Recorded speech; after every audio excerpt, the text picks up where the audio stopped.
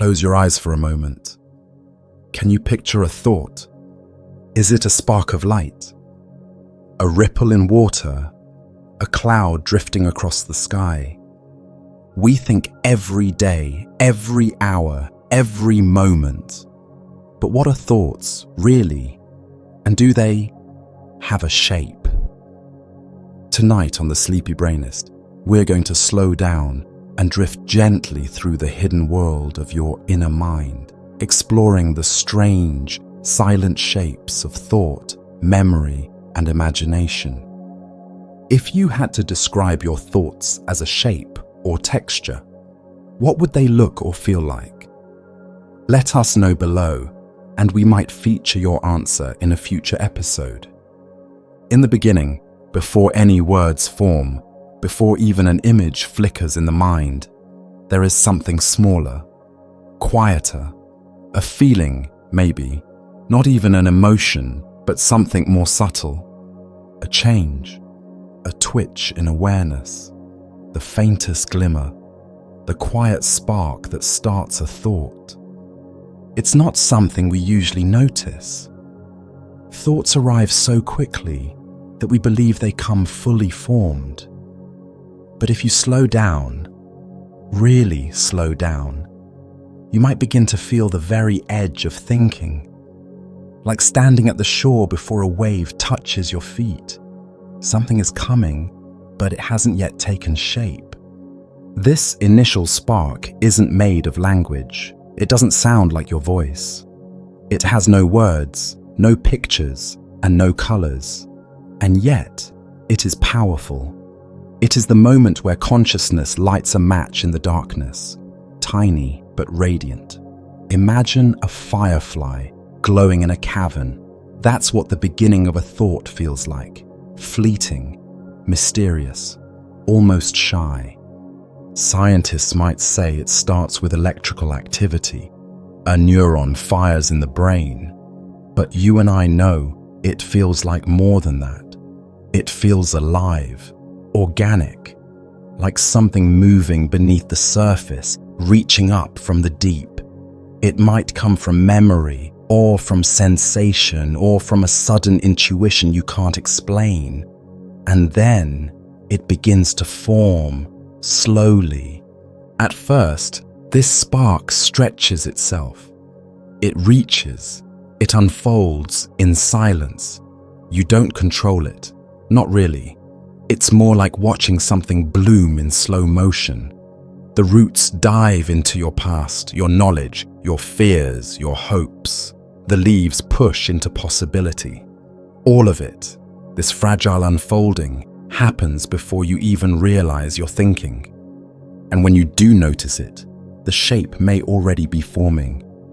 A word floats to the surface, or a picture, or a memory you hadn't visited in years. The spark has awakened something. It has brought light to a hidden corner of your mind. Maybe you're lying in bed, half asleep, and a quiet realization stirs.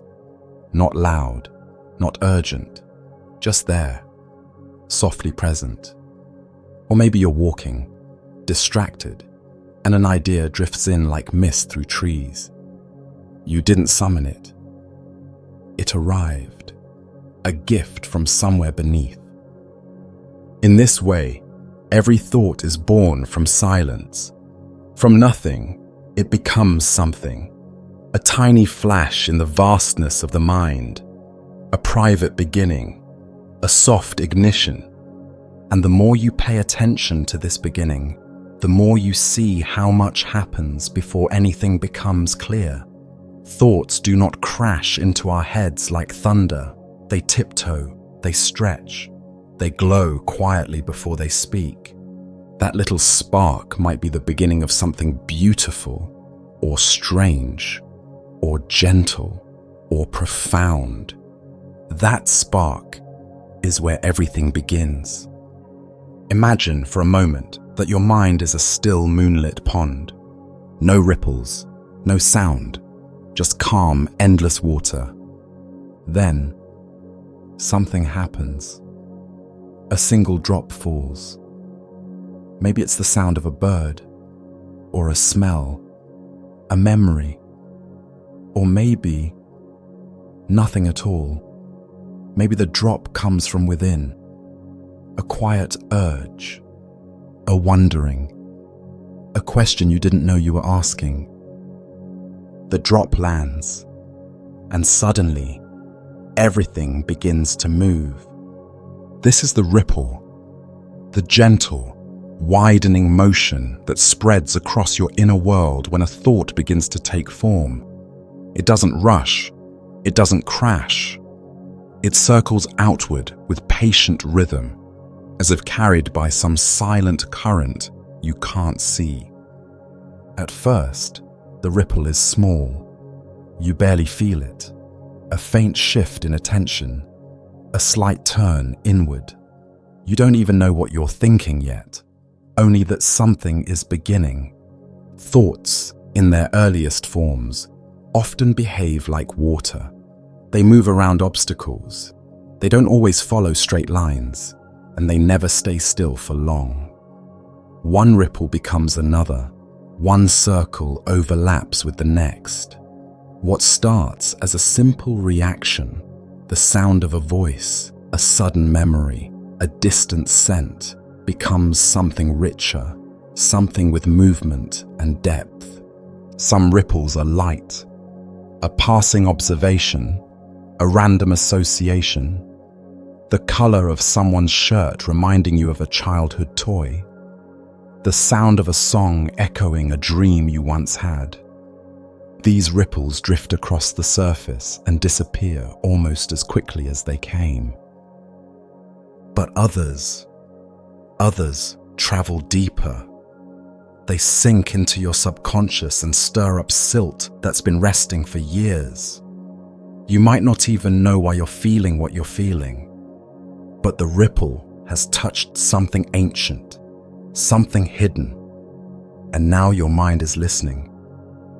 Have you ever had a thought that didn't make sense at first? One that seemed to come out of nowhere, but stayed with you anyway? That's what deep ripples do. They start with a small nudge, but awaken entire landscapes of memory, sensation, and meaning beneath the surface. Sometimes the ripples are emotional. A thought doesn't just bring an image or an idea, it brings a feeling, like watching waves stretch across a lake when a breeze passes. Your thoughts stir up something within you, and that movement has energy, soft, persistent, alive. Other times, the ripple becomes a rhythm, a pulse. You begin to follow it. One idea leads to another, and then another. Like walking from one stepping stone to the next in the dark, guided only by feel. You may not know where you're going, but the ripple is leading you. And like water, thoughts don't always make sense when you try to hold them too tightly. Try to grab a ripple with your hand, and it vanishes.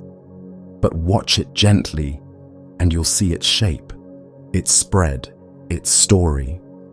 Thoughts prefer to be observed, not captured. They are movement, not objects. Even in sleep, ripples continue. In dreams, they move freely, without logic or structure. One image becomes another. One feeling blends into the next. Your mind, unconscious but still alive, lets the ripples dance. This is the beauty of a ripple. It is both delicate and unstoppable. A single drop can change the entire surface of your inner world. One idea, one feeling, one forgotten memory, and the mind begins to move. And if you're still enough, still like that moonlit pond, you can watch it all unfold.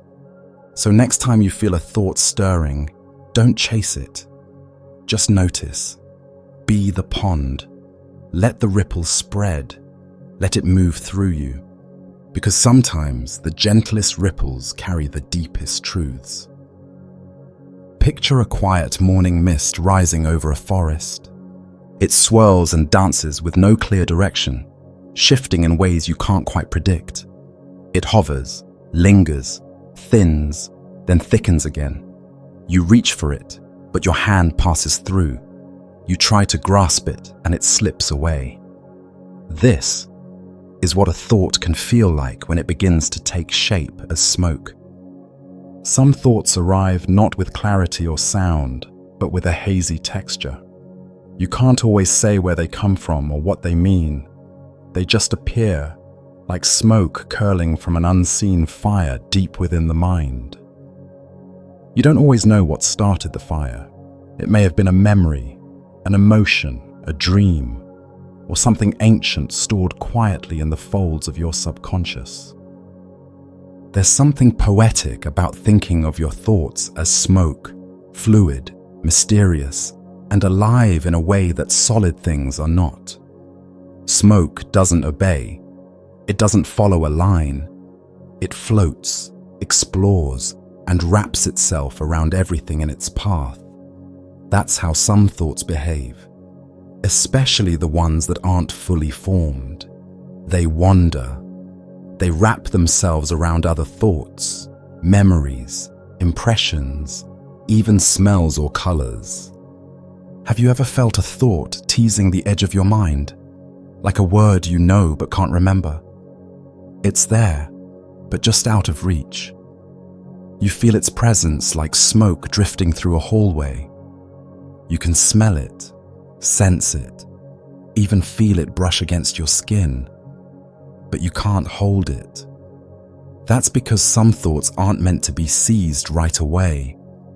They come slowly. They need space. These smoky thoughts are often the beginning of creativity. Artists, poets, and dreamers live in this space of mental mist. They don't force their minds to produce sharp, clean shapes. They sit in the fog. They let the smoke drift. They watch. They feel. And then a form begins to appear. Maybe it's a picture. Maybe it's a feeling wrapped in colors. Maybe it's a sentence, delicate and new. The smoke condenses. It begins to reveal. But sometimes, smoke thoughts don't want to become anything more. They exist for the experience alone. A mood, a half memory, a feeling of longing without an object. They swirl inside us like incense in a temple, sacred but intangible. Not all thoughts are meant to be solved. Some are just meant to be felt. There's a kind of peace in this. We live in a world that asks for clarity, for speed, for instant answers. But smoke doesn't move like that. It doesn't care about time or purpose. It just drifts. And when we allow our minds to drift with it, we enter a gentler space. A space where not knowing is allowed, where curiosity replaces judgment, and where mystery feels like home. Sometimes, when we're relaxed or just waking from sleep, the thoughts that come to us feel less like logic and more like fog. These are the softest kinds of thoughts, the kind that wrap around your body like a warm, invisible scarf. They comfort, they hum, they don't need to speak. Other times, smoke thoughts are the beginning of something deeper, something spiritual, something that asks to be followed but not commanded. You follow the trail, uncertain of where it leads. You walk through the haze, noticing patterns in the drifting air. Maybe it's the outline of a childhood memory, or a hope you've buried, or a vision of something you don't yet understand. The smoke clears when it's ready, not before. And sometimes it never clears completely. Sometimes it lingers in the corners of your mind, whispering gently that there's more beneath the surface, more than you can know, more than you need to define. Just presence, just possibility. Because not all thoughts need answers. Some just want to be seen. Some just want to float. Close your eyes and imagine your mind as a vast, open space, silent, untouched, waiting. Now imagine a single shape emerging from that silence. A triangle, perhaps, or a perfect circle, or maybe something less familiar, a spiral, a helix, a branching fractal like the veins of a leaf. Whatever it is, it begins to unfold quietly, steadily, as if summoned by some unseen architect within you. This is how the geometry of imagination begins. When we think of thoughts, we often imagine words, sentences, language. But long before the mind learned to speak, it learned to see, to sense, to imagine. And imagination does not always follow the straight lines of language. It flows in curves and patterns, in soft angles and impossible structures. It builds worlds not with bricks, but with forms. You may not even notice it happening. You're lying in bed, perhaps, and suddenly a shape appears behind your eyelids. It doesn't have a name. It isn't a memory. It just is. It pulses, shifts, morphs, multiplies, and somehow it carries meaning. That's because imagination speaks in geometry. Think about how we dream. In dreams, things don't follow normal rules. A hallway may stretch forever, or a house may open into the sky. You may float through a space filled with orbs, patterns, spirals, and tunnels that seem both strange and familiar. These forms are not random. They are the natural shapes of your mind at play. They are the visual language of thought without words. Even in waking life, imagination often shows itself through form.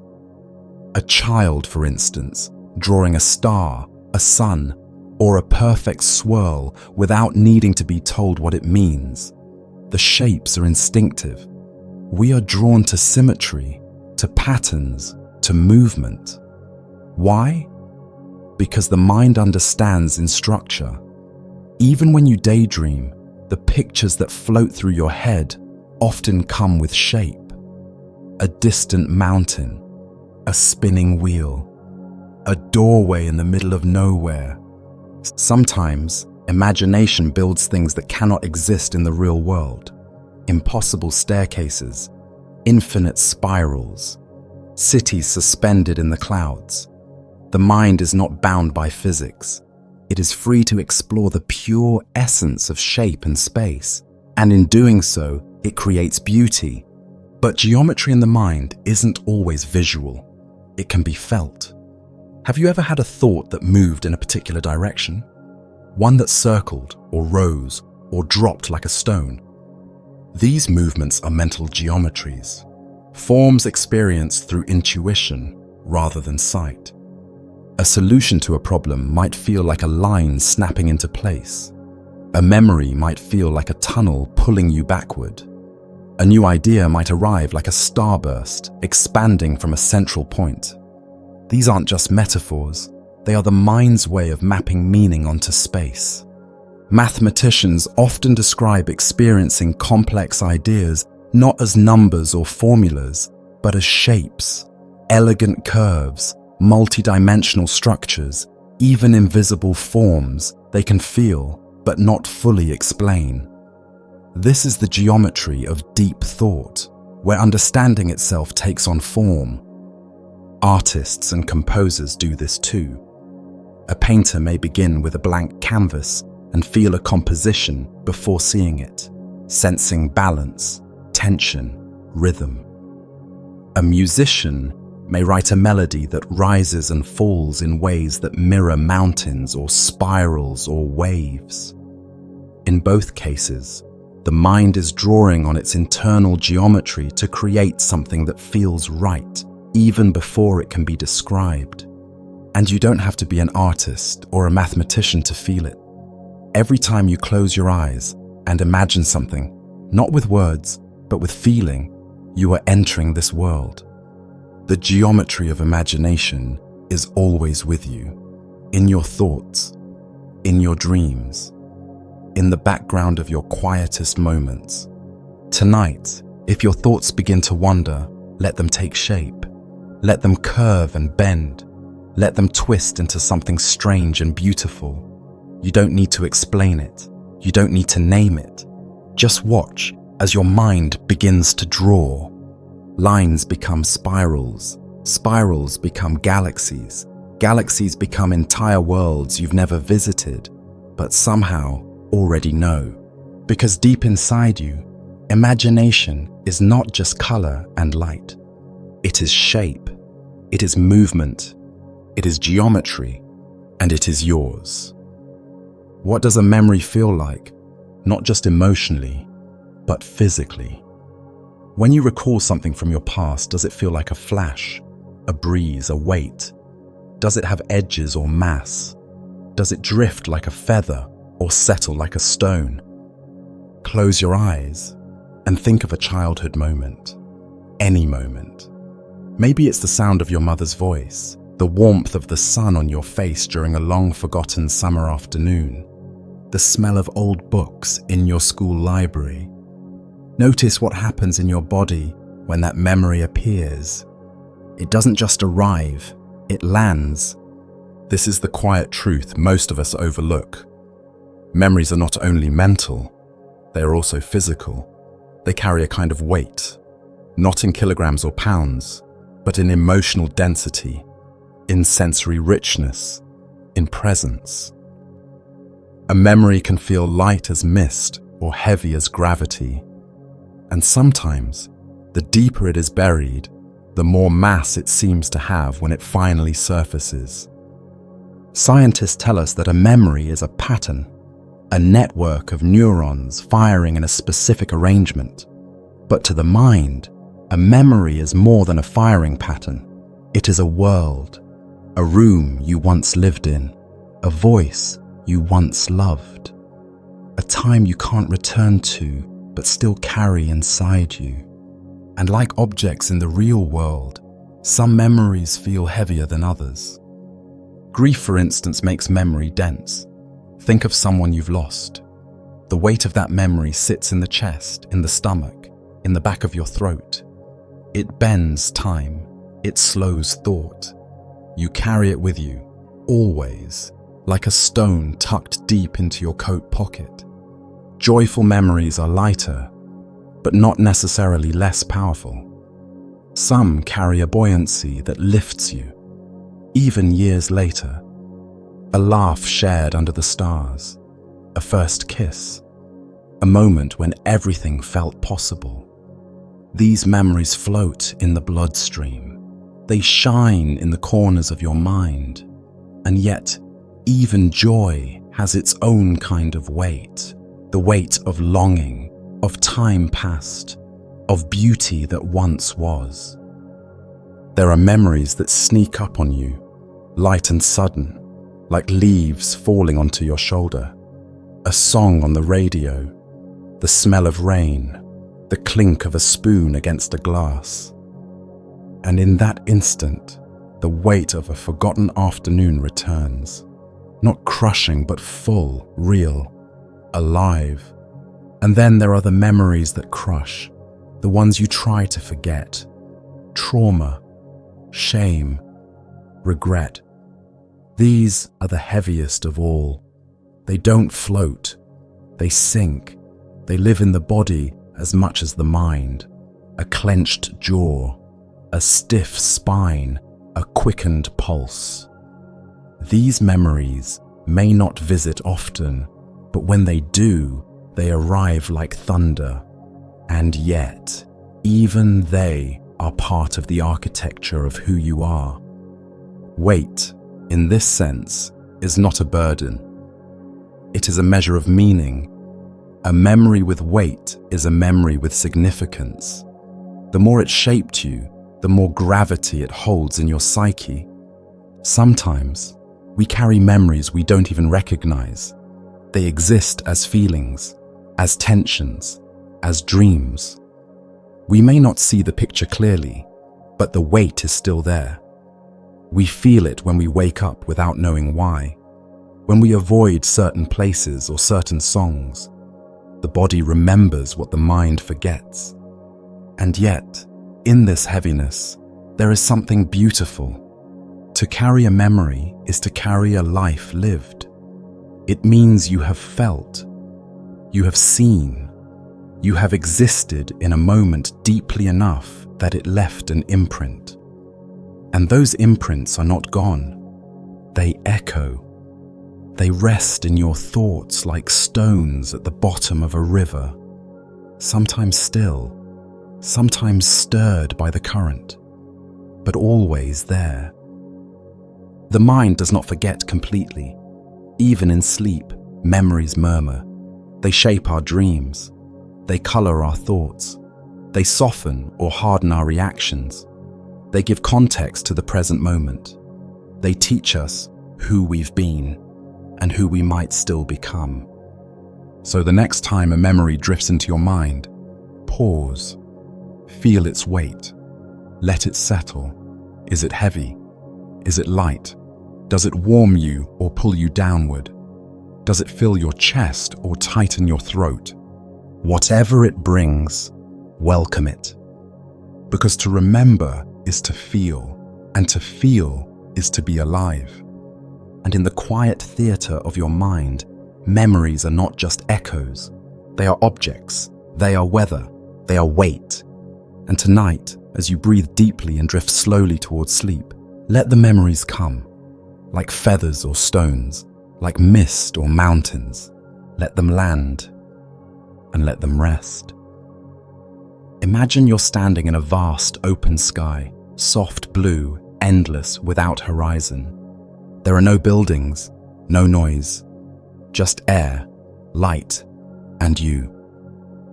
Then, from the edge of the silence, a shape begins to form. It's faint at first, a wisp, a blur, something light and uncertain. It doesn't have edges. It doesn't need them. It simply appears, drifting slowly, as if carried by a breeze that doesn't exist. You watch as it moves, slowly changing shape.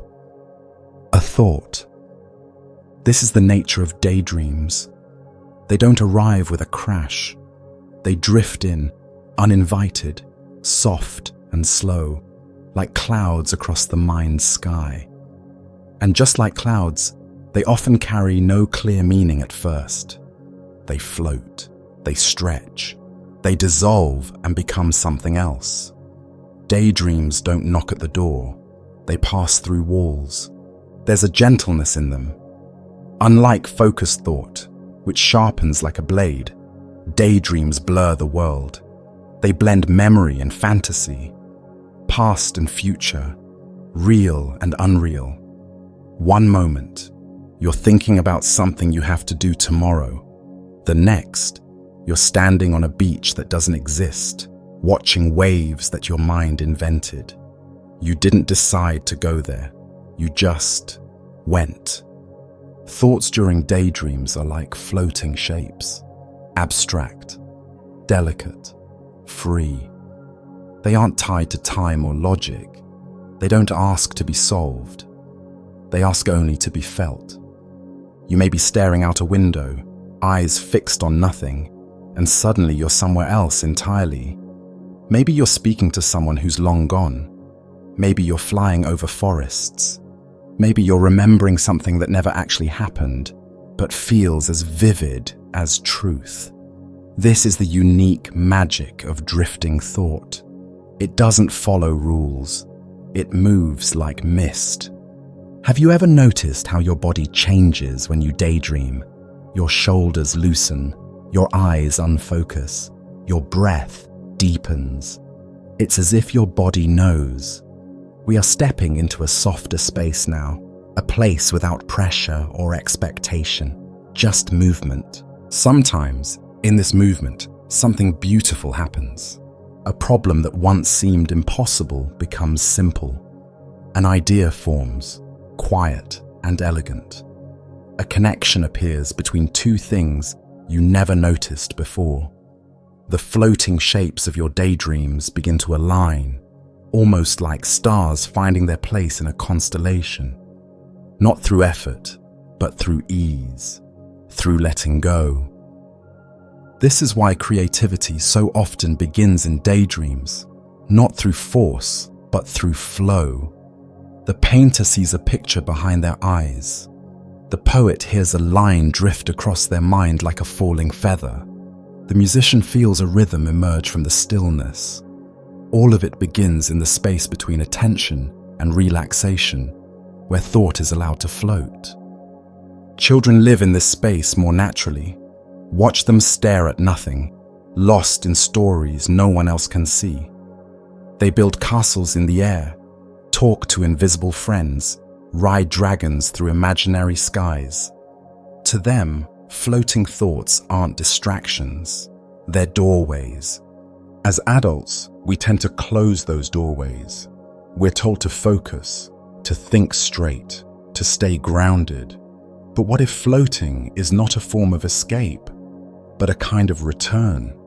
A return to the part of the mind that knows how to dream without fear, to wonder without reason, to explore without maps. Even the most logical minds need to drift sometimes. Einstein once said that imagination is more important than knowledge.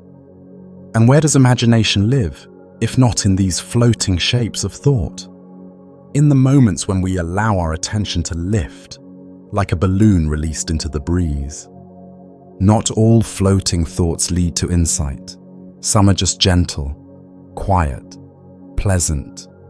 A memory of a place you loved, a fantasy of a place you've never been, a moment of stillness where nothing needs to happen, and in these moments something deep inside you exhales.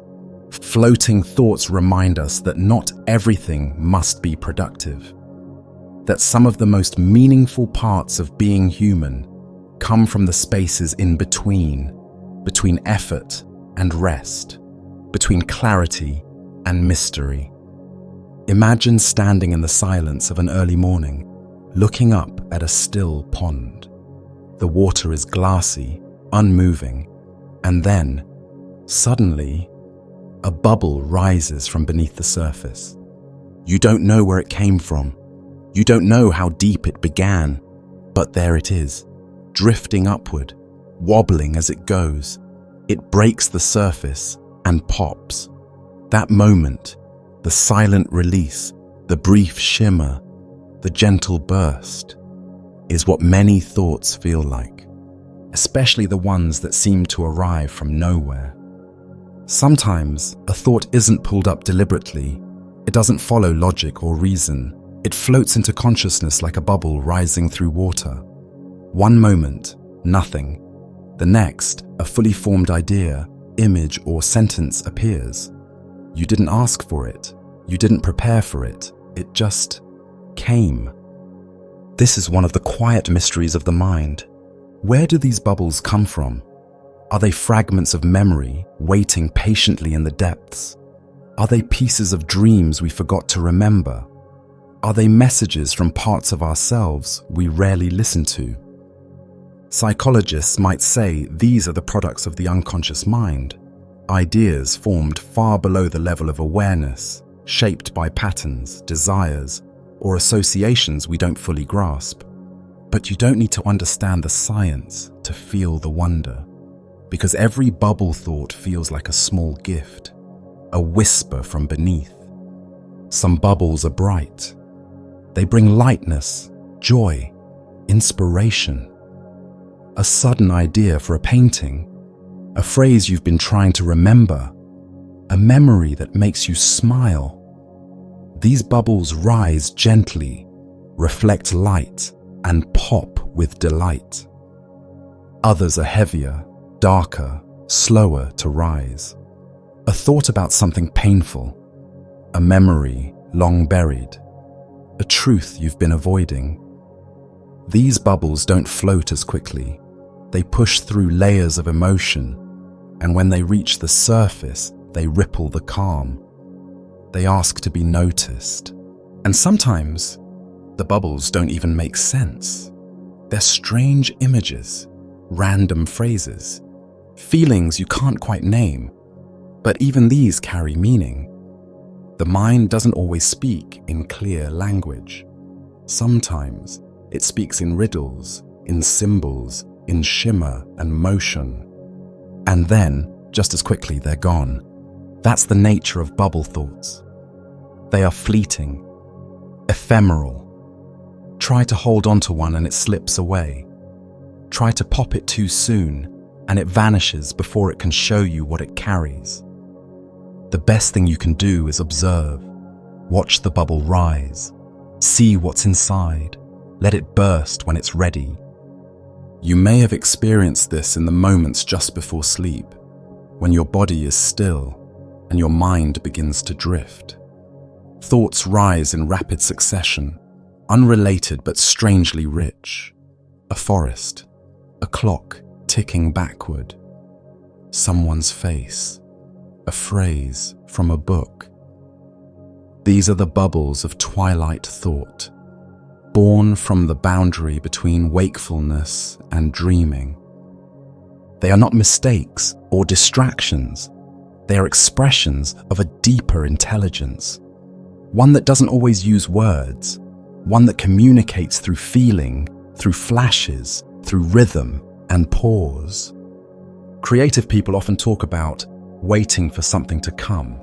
They describe ideas arriving suddenly, fully formed, as if from nowhere. But that nowhere is not empty. It's deep. It's fertile. It's the part of the mind that's always working, always watching, even when you think you're doing nothing. Bubble thoughts don't come when you force them. They come when you're open, when you're still, when you're willing to listen, not demand. They are not tools to be controlled. They are visitors to be welcomed.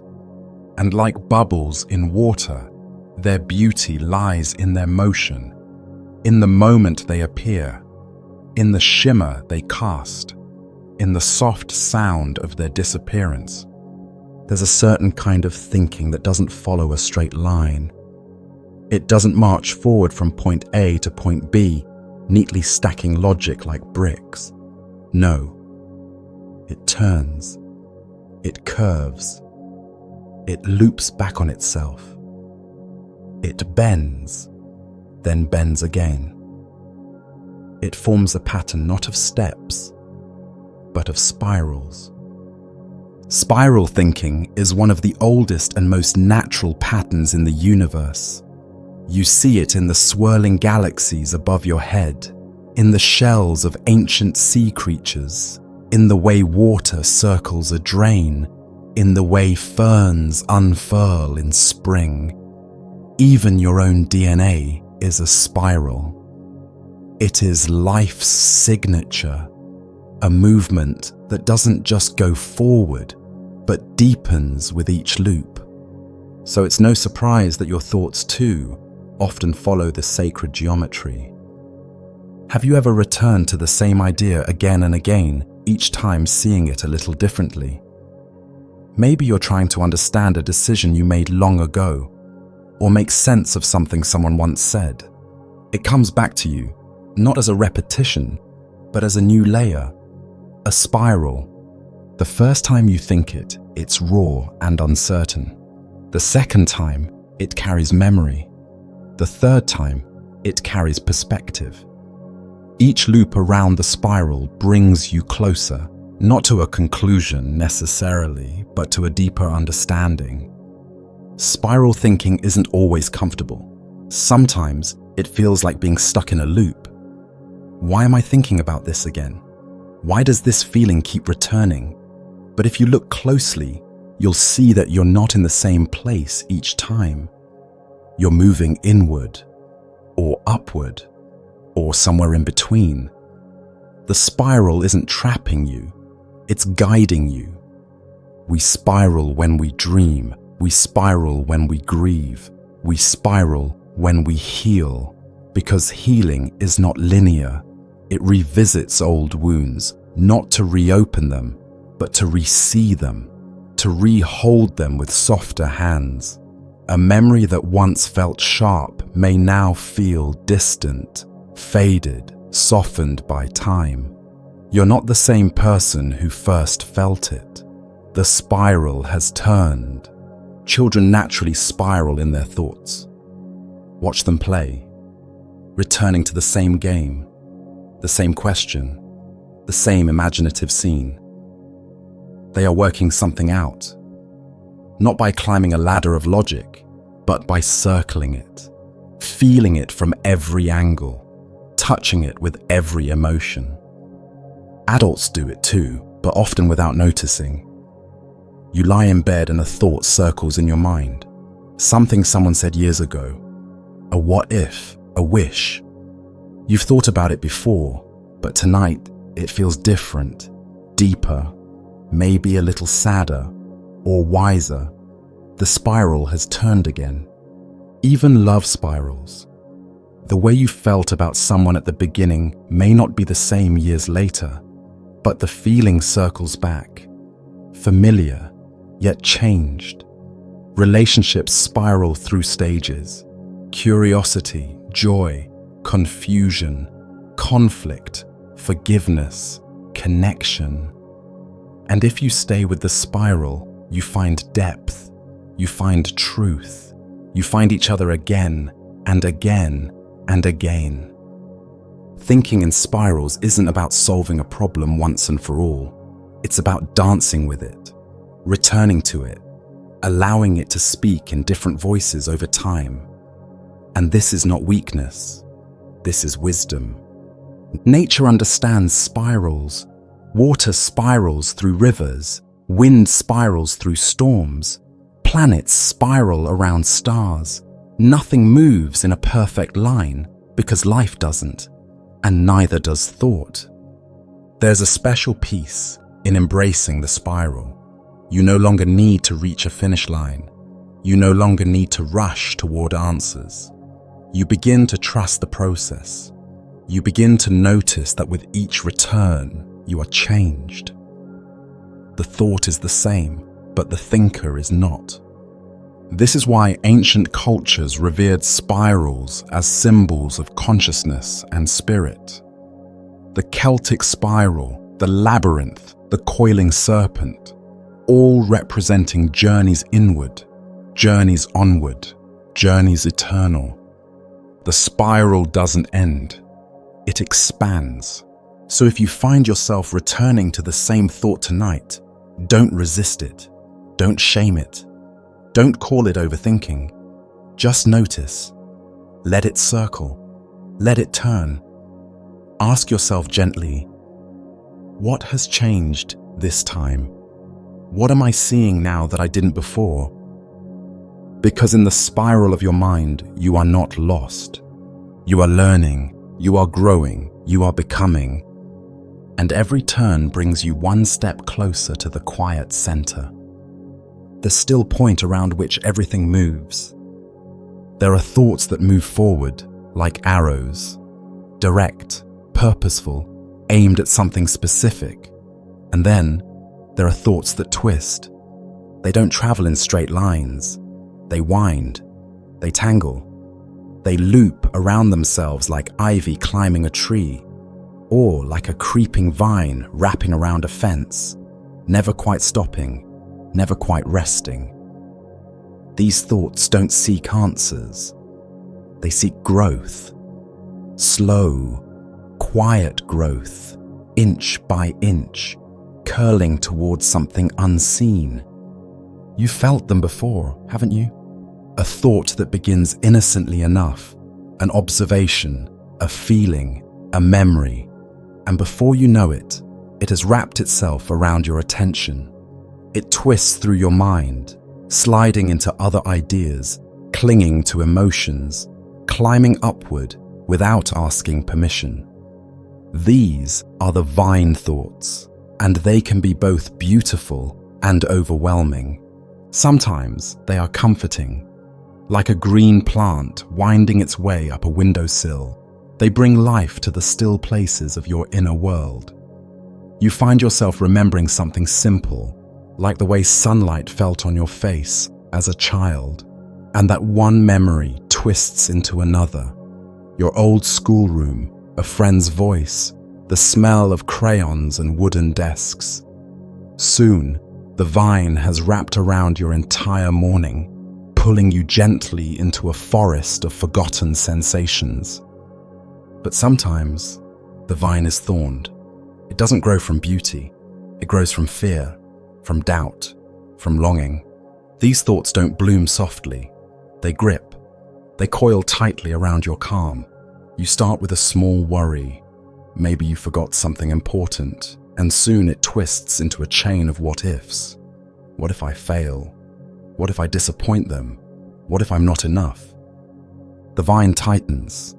The thoughts become tangled, and the more you try to pull away, the more entangled you become. This is the danger of twisted thoughts. Their strength lies in their subtlety. They don't announce themselves. They grow slowly, quietly, until your entire attention is wrapped in their tendrils. But vines are not always the enemy. They are natural, organic. They grow where the conditions are right. So instead of fighting them, what if we observed them? What if we asked, where did this thought begin? What is it reaching for? Because that's the thing about twisting thoughts. They're always reaching for something. Meaning, safety, connection, understanding. Just like real vines stretch toward the sun, your thoughts are stretching toward clarity, even if their path seems messy. Their twisting isn't failure, it's adaptation. In some moments, this kind of thought is a gift. It can lead to profound insights. A philosopher may twist a question in their mind for years, never quite answering it, but discovering layer after layer along the way. A writer may follow a single sentence through pages and pages of thought, each turn revealing a deeper truth. Creativity itself often grows in spirals and twists, not in neat, straight lines. The ancient labyrinth is a perfect symbol for this kind of thinking. Not a maze with dead ends, but a spiraling path that twists and turns, leading eventually to the center. It's not the shortest route, it's not the fastest, but it is sacred, and it teaches you something as you walk it. So too, the vine-like thought teaches you as it grows. It invites you to slow down, to pay attention, to trace its tendrils gently back to their roots. And in doing so, you begin to understand not just the thought, but yourself. Of course, not every twisting thought is useful. Some become overgrown, unpruned, wild. They cover the windows of your awareness and block out the light. In these moments, it helps to breathe, to step back, to remember you are not the vine. You are the gardener. You can trim. You can guide. You can let go. But also, don't be too quick to cut them down. Some of the most meaningful thoughts don't travel directly to their conclusion. They take the long way. They twist through memory, emotion, intuition, and imagination. They get tangled, yes, but in that tangle is life, complexity, humanity. Before a thought arrives, there is a moment, so quiet, so subtle, it almost escapes notice. It is not the thought itself, but something that comes just before. A breath held in the darkness, a hush before the first note of a song, a pause so complete that it feels as if time has stopped just for a second. This moment is the stillness before a thought appears. Most of us move too quickly to notice it. Our minds leap from one idea to the next, racing through lists, plans, memories, worries. But if you slow down, if you truly pause, you can begin to sense it. That tiny space where nothing is being said, nothing is being formed, and yet something is waiting. It's not emptiness. It's not silence in the sense of absence. It's more like the space inside a seed, where something sleeps, full of potential. This stillness is charged with possibility. It's where thought begins its quiet journey from non-being into being. The ancient mystics knew this space well. In meditation, in prayer, in solitude, they would rest not in the thoughts themselves, but in the space before the thoughts. They believed that this was where the deepest truths could be found, not in words, but in the pure awareness that precedes them. They called it presence. They called it spirit. They called it the divine pause. And yet, it's not reserved for mystics or monks. You can feel it too.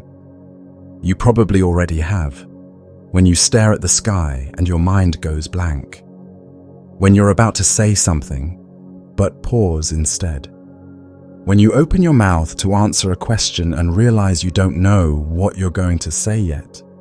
That moment, right there, is the stillness.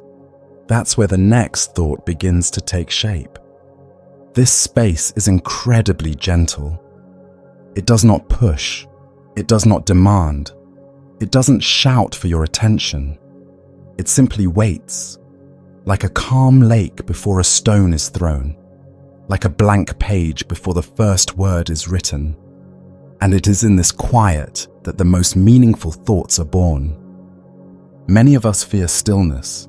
We equate it with boredom, with emptiness, with the feeling of being unproductive. But stillness is not absence. It is presence in its purest form. It is a soft readiness, a spaciousness. It is the mind's way of saying, let's just wait a moment and see what arises. Creativity loves this stillness. So does clarity. So does healing. When we give ourselves permission to pause, to sit in that sacred space between thoughts, we make room for what wants to come through.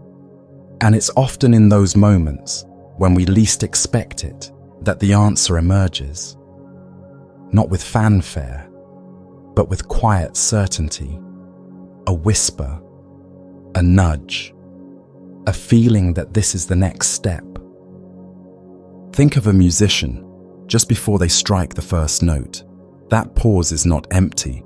It's filled with anticipation, with attention, with energy. The same is true of your thoughts. Before the idea forms, before the words appear, before the image is drawn in your mind, there is that same kind of stillness. It is not passive. It is alive.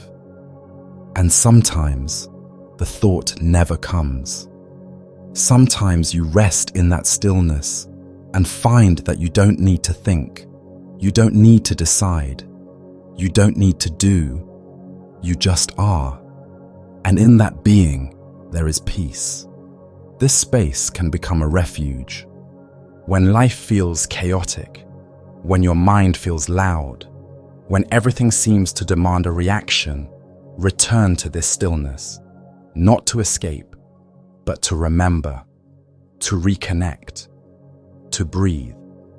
Let yourself sit in that quiet, even if it's only for a few seconds. Listen, not for the thought itself, but for what comes before. You may notice that your body softens in this space. Your breath slows. Your chest loosens. You're no longer reacting. You're just existing, open and aware. And that openness is fertile ground. That's where thoughts grow best. Not under pressure, but in stillness. The greatest thinkers, the most brilliant minds, often describe their best ideas arriving not in a flurry of effort, but in a moment of rest. A walk in the woods, a gaze out the window, a moment in the bath. What they're really describing is this: the stillness before a thought appears. That gentle doorway where insight waits, just beyond the noise. Some thoughts arrive not as words or images, but as echoes. Soft reverberations that seem to bounce gently within the inner chambers of the mind. They do not speak in full sentences. They don't always make sense. Instead, they hum, they whisper, they return again and again, like sound waves moving through a hidden cavern deep within your awareness. This inner cavern is where the quietest parts of your mind live, the parts that don't clamor for attention, the parts that aren't concerned with tasks or problems or responsibilities. It is a space beneath the surface, a place untouched by noise. And in this space, thoughts echo, not because they are loud, but because they are surrounded by stillness. Have you ever sat in silence and heard a thought from your past rise unexpectedly? Maybe a phrase someone said to you years ago, or a fragment of a dream, or a question you never quite answered. It wasn't part of your plans for the day, but there it was, returning, like a sound traveling through stone. These echoes don't always demand action. They don't insist. They simply are.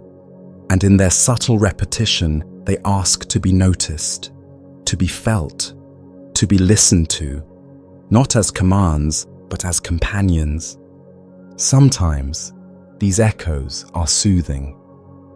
A comforting memory, a piece of music that lingers long after it ends, a moment of love or connection that continues to resonate through time. These gentle echoes fill the mind's cavern with warmth. They remind us that we are still carrying beauty, that some parts of the past never leave us. They just grow quieter. Other echoes are more mysterious, a feeling of unease that returns without reason, a phrase you keep repeating to yourself without knowing why, a half-forgotten memory that knocks gently but won't open its door. These echoes live in the darker corners of the cavern. They are not harmful, but they ask to be heard. They want you to follow the sound, to explore.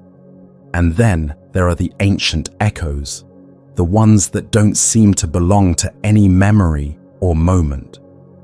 Thoughts that feel older than you are, feelings that come with no clear origin, a longing, a knowing, a sense of something beyond your life's experience. Some people call these spiritual impressions. Others call them the voice of the soul. Whatever they are, they live in the deepest part of the mind's cave, and their echoes can be felt long after they're heard. We often try to quiet the mind by silencing thought. But what if stillness isn't the absence of thought? What if it's the space where echoes can finally be heard? The mind is rarely truly silent, but it is often reverent. And in this reverence, in this inner listening, we begin to understand the nature of thought not as noise, but as vibration. Echoes reveal something beautiful, that a single thought can live on, not in repetition, but in resonance. Like the way a bell continues to sing after it's been struck, like the way a mountain answers your voice with its own. A thought, if true, if deep, doesn't end when you stop thinking it. It ripples, it radiates, it returns. That is why some ideas stay with us for a lifetime. They are not constantly present, but they echo when we least expect them to. In dreams, in music, in the quiet moments between distractions. We don't summon them. They come to us, gently, without force. And each time they return, they sound slightly different. The echo changes depending on who we are when we hear it. A memory of your childhood will sound different at age 30 than it did at age 10. The thought is the same, but the cavern has changed.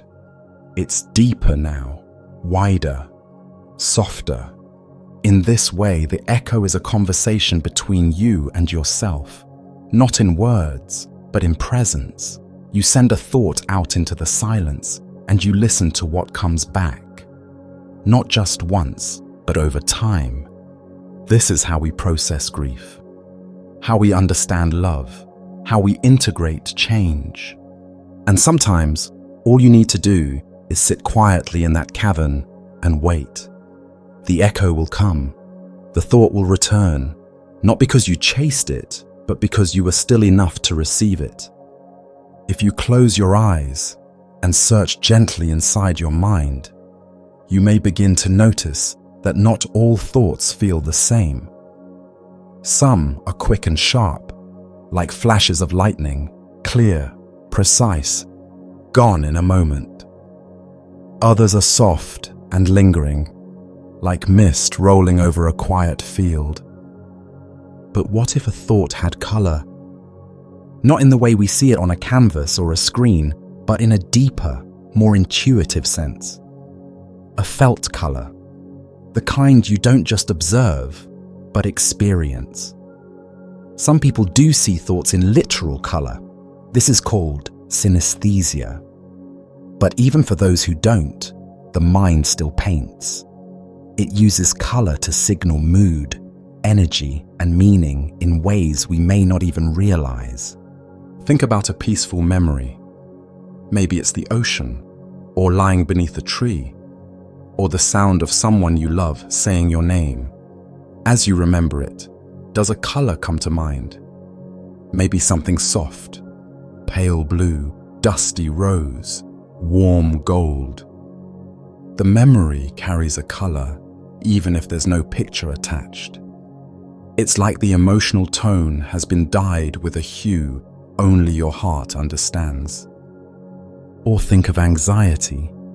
When a worried thought creeps in and won't let go, it often feels tight, fast, and what color? Gray, red, electric yellow. There's a tint to that experience, isn't there? An energetic shading, as if your mind is flooded not just with thoughts, but with atmosphere. In this way, thoughts are more than ideas. They are experiences with shape, movement, and, yes, even color. Sometimes, a whole day can feel like a color. Not because the sky is blue or the lights are dim, but because your mind is seeing that way. You wake up and everything feels pale and distant. Your thoughts wander in cool, foggy grays. Or you're suddenly flooded with inspiration, and your inner world lights up in glowing oranges and brilliant golds. You're not just thinking, you're seeing from the inside. This inner palette is constantly shifting.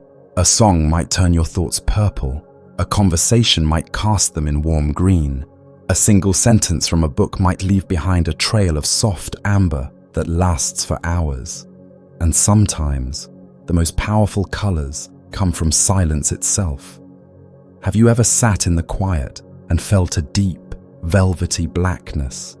Not frightening, but comforting.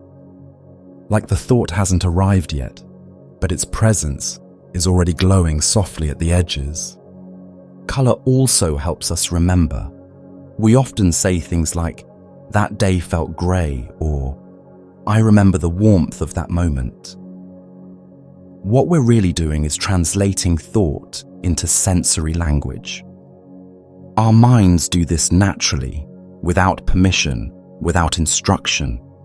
A moment, a thought, a feeling, they become color. This is why dreams are often bathed in specific shades. You may not recall the details, but the mood remains, like a filter placed over everything. Some dreams feel tinted in deep sapphire or golden twilight, others in dull, muted tones. The colors of the dream thoughts linger longer than the images. It's your mind's way of telling you, this mattered. Even imagination leans on color. Try inventing a story in your head. Watch how the scenes come alive, not just in shape and character, but in tone, An imagined forest glows emerald. An imagined city pulses with silver. A sad moment washes over in blue. Color gives emotional depth to the mind's creations. And perhaps that's the most fascinating part. Color helps us feel our thoughts before we understand them. A decision may feel off, not because of the logic, but because it feels red and sharp when you were looking for something green and soft. A new idea may feel exciting, not because it makes sense yet, but because it lights up your inner world with bright yellows and glowing pinks. Color guides us in subtle, invisible ways. It speaks a language beneath words. And while we rarely pause to notice it, your mind is constantly painting the inner landscape of your thinking. Every thought is a brushstroke, every emotion a hue. Some are bold, some are translucent. Some layer gently over others until the image becomes complex and whole. This is what it means to have a mind that feels, a mind that sees within itself. Close your eyes and imagine light, not just as something outside, but as something living inside your mind, flickering, glowing, shifting with the rhythm of your breath. Thoughts can sometimes feel like this, made of light. They arrive as tiny sparks, sudden and bright. A flash of insight, a moment of clarity, a sudden connection that illuminates a dark corner of your mind. These are thoughts of light, pure energy, glowing softly or shining fiercely. Light in your mind is different from the light you see with your eyes. It doesn't bounce off surfaces or cast shadows. Instead, it seems to grow from within you. It has warmth, but no heat. It has color, but no form. It is alive in a way that makes you feel awake, even when your body is tired. When you have a bright thought, it often feels like a bulb turning on in a dark room. Suddenly, you see something clearly that was hidden before. Maybe it's a new way to solve a problem. Maybe it's a memory that suddenly makes sense. Maybe it's an emotion you didn't understand until that moment. The light shines, and everything shifts. Sometimes these bright thoughts come like lightning, quick, electric, startling. Other times, they glow slowly, like embers warming in the dark. Both are powerful. Both are alive. You can even feel the light physically. Think about moments when you felt inspired or hopeful. Your chest may feel lighter, your mind clearer, your body energized. That is the light spreading through you, carried on the current of thought. Ancient philosophers and mystics often spoke of inner light. They believed it was the source of knowledge and wisdom, not a light to be found outside yourself, but a flame burning deep within. A light that shines even in the darkest times, guiding your path. Science tells us that neurons fire in the brain when we think. Electrical impulses jump from cell to cell. This activity is, in a way, light, energy moving through a network.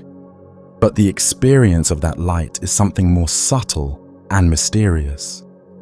It's the feeling of understanding, the moment of aha, the quiet illumination that doesn't need words. Light thoughts are also the ones that bring hope. When despair weighs heavily, a single bright idea can break through like a ray of sun through clouds. It softens the shadows. It reminds you that darkness is not permanent.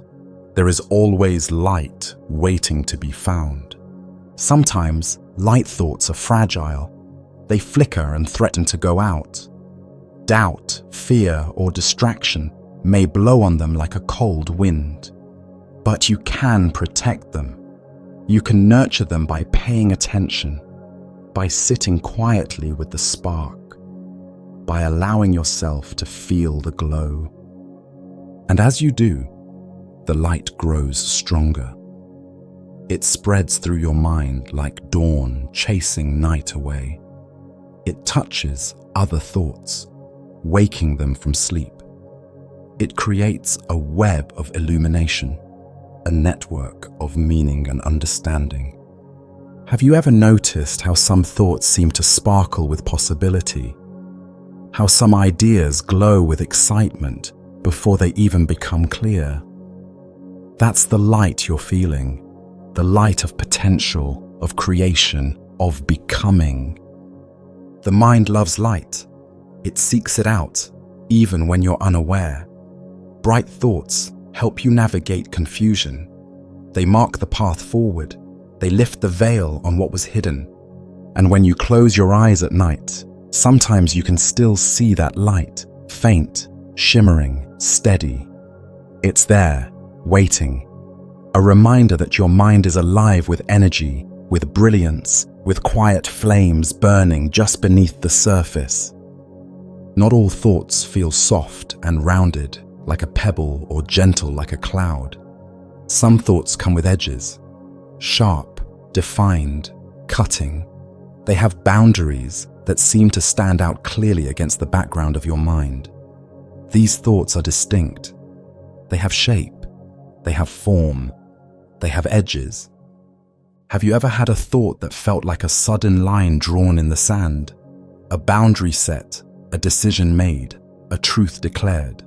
That moment when the mental haze clears and something stands out, solid and unmistakable. That is the edge of a thought. Edges in thought create contrast. They divide. They separate what is important from what is not. They give clarity by defining limits.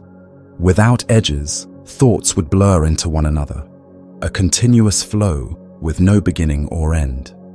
But edges give structure. They carve meaning out of chaos. Sometimes, sharp thoughts arrive as warnings. Like the jagged edge of a cliff, they signal danger or caution, a sudden awareness that something isn't right, a mental red flag that calls your attention sharply to what needs care or change. These thoughts slice through distraction with precision, demanding you focus. Other times, edges shape ideas into arguments. They help you build a case, defend a position, or explain a concept. An edge can be the boundary between yes and no, between this and that. In debate, in reason, in clarity, edges are vital. They keep ideas crisp. They keep meaning clear. But edges can also feel harsh. Sometimes a thought with sharp boundaries cuts deeply into your heart, into your mind. It may bring pain, judgment, or conflict. It may divide you from others, or even from yourself. These edges can prick, poke, and wound. They demand attention, sometimes unwillingly. Yet, edges are necessary. Imagine a painting without lines or shapes. Without edges, there is only color and light blending endlessly. Beautiful, but without form. Form is what allows us to grasp a thought, to hold it, to understand it. Edges can also bring beauty. Consider crystals or snowflakes, each one a structure of perfect edges, sharp angles, unique shape. Thoughts can be like that, precise, intricate, complex. They shine because of their edges. They capture light in facets of understanding. Sometimes, edges create tension in your mind. You feel pulled between ideas, between feelings, between choices.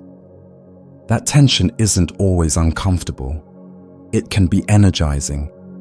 It can push you to move forward, to decide, to change. Edges create space for movement and growth. You may have noticed that some thoughts feel more edgy than others. They are crisp, quick, commanding. Others feel soft, round, embracing. Both are important. Both serve different purposes in your mind's landscape. Edges help protect.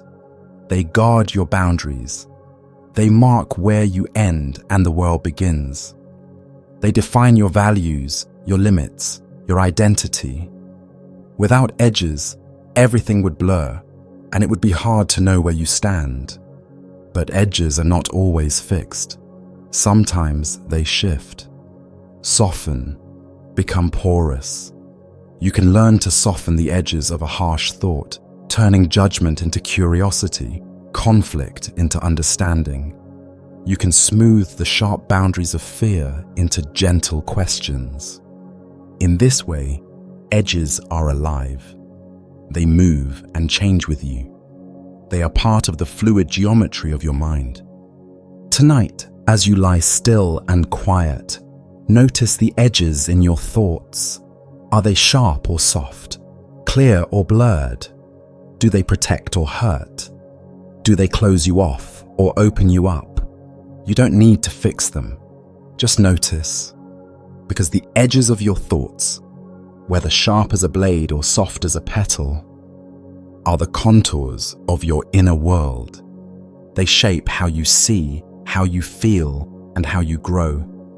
And knowing those edges is the first step toward embracing the full shape of your mind. There is a moment unlike any other, a moment when a sudden realization breaks through the surface of your mind, clear and undeniable. It comes not as a gradual unfolding, but as a sharp, distinct shape, a crystallization. This is the moment when a thought takes form with startling clarity, like ice suddenly appearing on a still pond. Before this moment, your mind may have been swirling with vague ideas, half-formed impressions, or scattered feelings. Then, without warning, something clicks. A puzzle piece slides perfectly into place. A question you've wrestled with suddenly has an answer. A hidden pattern reveals itself. This sudden clarity is not just intellectual, it feels physical. You might feel a lightness in your chest, a widening of your vision, or a deep breath released. The shape of this realization is unique. It can be sharp and angular, like a crystal catching sunlight. It can be round and smooth, like a pearl emerging from the sea. Sometimes it feels like a clear bubble, transparent and perfect, floating briefly before dissolving into new thoughts. Other times, it's a solid gem, lasting and strong. This crystallization is the mind's way of bringing order to chaos. Thoughts that once drifted aimlessly now align with purpose. Connections that seemed random now make sense. The unknown becomes known. It is a moment of profound simplicity wrapped in sudden brilliance. Such moments often come after periods of confusion or struggle. When you've been turning an idea over and over, searching for meaning, the crystallization feels like relief, like the fog lifting from a valley. It is the reward of patience and persistence. The mind has been working quietly beneath the surface, and now it presents its gift. But crystallizations can also be surprising, unexpected flashes of insight that arrive when you least expect them. Perhaps during a walk, or while washing dishes, or lying in bed before sleep. These moments seem to come from nowhere, yet they draw from all the pieces your mind has gathered over time. There is a magic in this. The crystallization transforms the invisible into the visible. It shapes thought from mist into form, from question into answer. It gives you something solid to hold on to. Yet, crystallizations are delicate. Like ice, they can melt if handled roughly. They require care, attention, reflection, and openness. When a realization comes, it's tempting to rush forward, to act immediately. But sometimes, the greatest wisdom lies in sitting quietly with it, letting it settle, letting it deepen. Crystallizations also invite new questions. Once a thought has formed clearly, it often reveals layers beneath itself, new complexities, new paths. The first crystal may be only the beginning of a larger structure. You may find yourself following it, piece by piece, until a whole architecture of understanding grows. This process mirrors nature's own rhythms. Crystals in the earth grow slowly, layer by layer, forming intricate patterns and structures. Your mind's crystallizations are similar, small beginnings that, with time and care, build into something enduring. You might also notice that these moments feel connected to your emotions. A realization can bring joy, relief, surprise, or even sorrow. The shape of understanding is not always comfortable, but it is always real. It touches the heart as much as the mind. Artists and scientists alike cherish these moments. They are the aha moments, the sparks of genius, the sudden clarity after long contemplation. They remind us that thinking is not just a mechanical process, but a living dance of light and form inside us. Tonight, as you rest quietly, invite this moment to come. You don't need to force it. Just open your mind gently and wait. Notice the subtle movements beneath your awareness, the hints, the whispers, the soft pressure of something forming. And when it arrives, when a thought crystallizes in your mind, welcome it. Let it shine, let it shape your world, and let it guide you forward step by step into the unfolding mystery of your own understanding. There is a distinct difference between the thoughts that visit us during our waking hours and those that emerge when we drift into the world of dreams. Awake thoughts often feel structured, linear, tied to the logic of everyday life. They come with clear intentions, plans, or worries. But dream thoughts are something else entirely, fluid, strange, and boundless. When you are awake, your mind filters and organizes. It sorts through the jumble of sensations and experiences, shapes ideas into neat packages, labels emotions with familiar names. These waking thoughts often have edges and boundaries, as if drawn carefully with pen on paper. They follow a path, like footsteps on a trail, leading you from one point to the next. Dream thoughts, by contrast, flow freely, like water slipping through fingers or clouds drifting across an open sky. They don't follow rules of time or space. They bend, break, and weave into patterns that defy waking logic. In dreams, you might find yourself flying, falling, speaking with animals, or walking through impossible places. The shapes of these thoughts shift constantly, one moment bright and vivid, the next dark and elusive. This difference reflects the nature of consciousness itself. Waking thought is tied to the external world, grounded in reality and shared experience.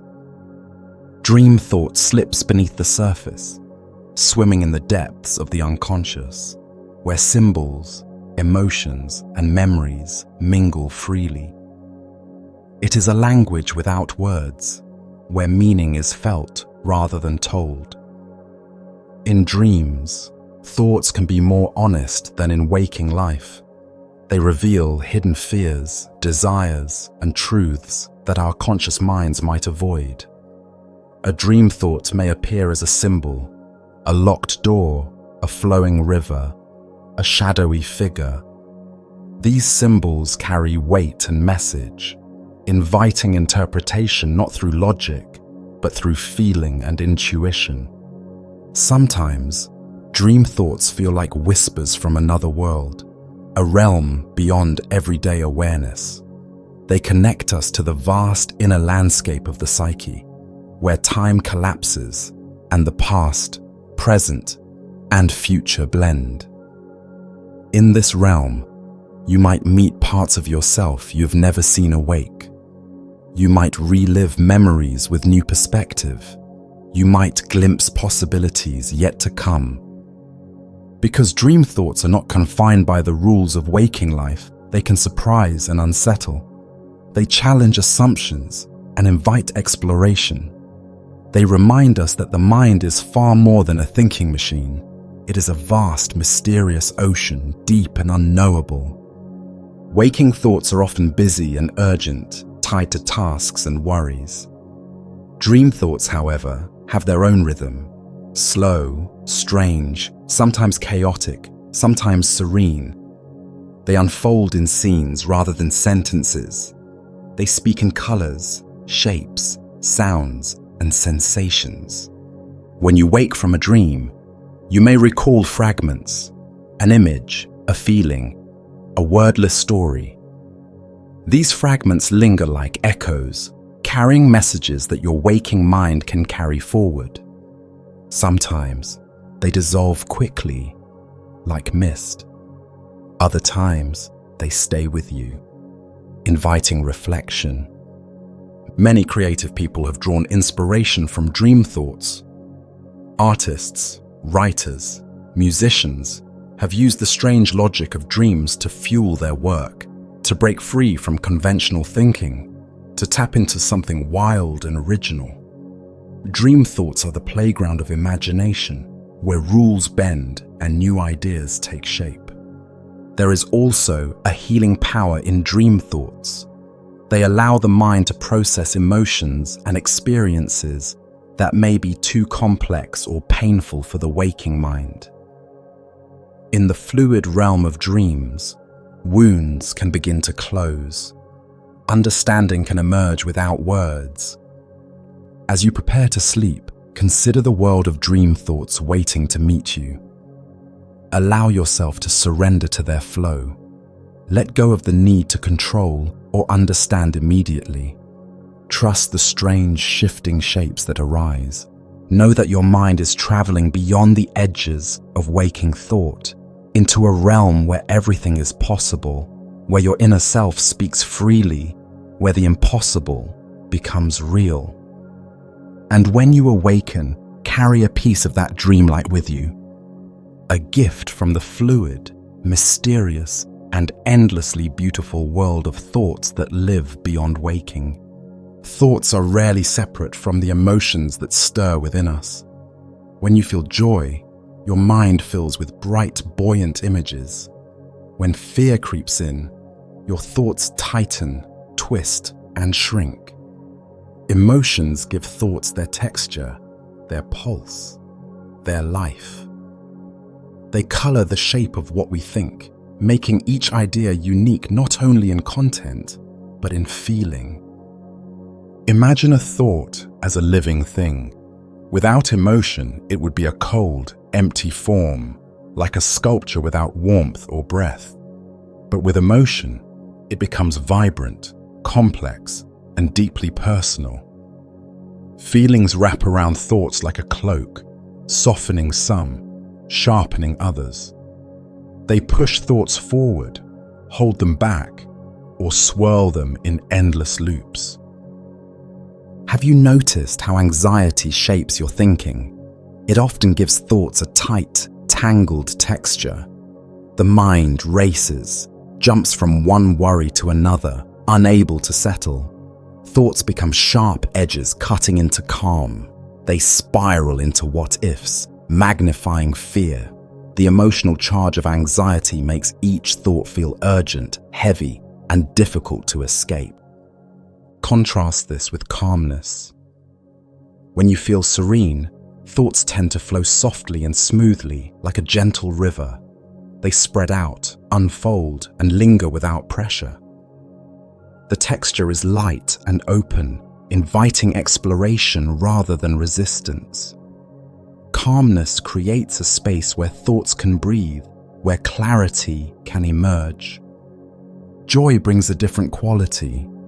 Thoughts feel bright, expansive, sparkling with possibility. They dance lightly, reaching outward with energy and enthusiasm.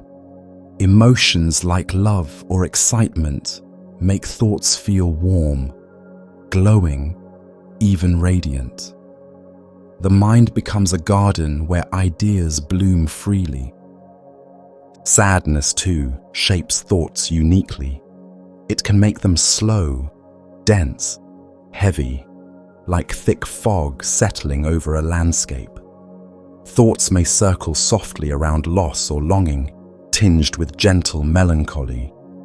In sadness, the mind sometimes drifts into quiet reflection, deepening emotional understanding even as it feels weighted. Anger, in contrast, often sharpens thoughts like a blade. They come fast, fierce, cutting through hesitation. Emotion fuels this speed and intensity, making ideas blunt and direct. Anger can give thoughts edges that demand attention and action, even if they burn.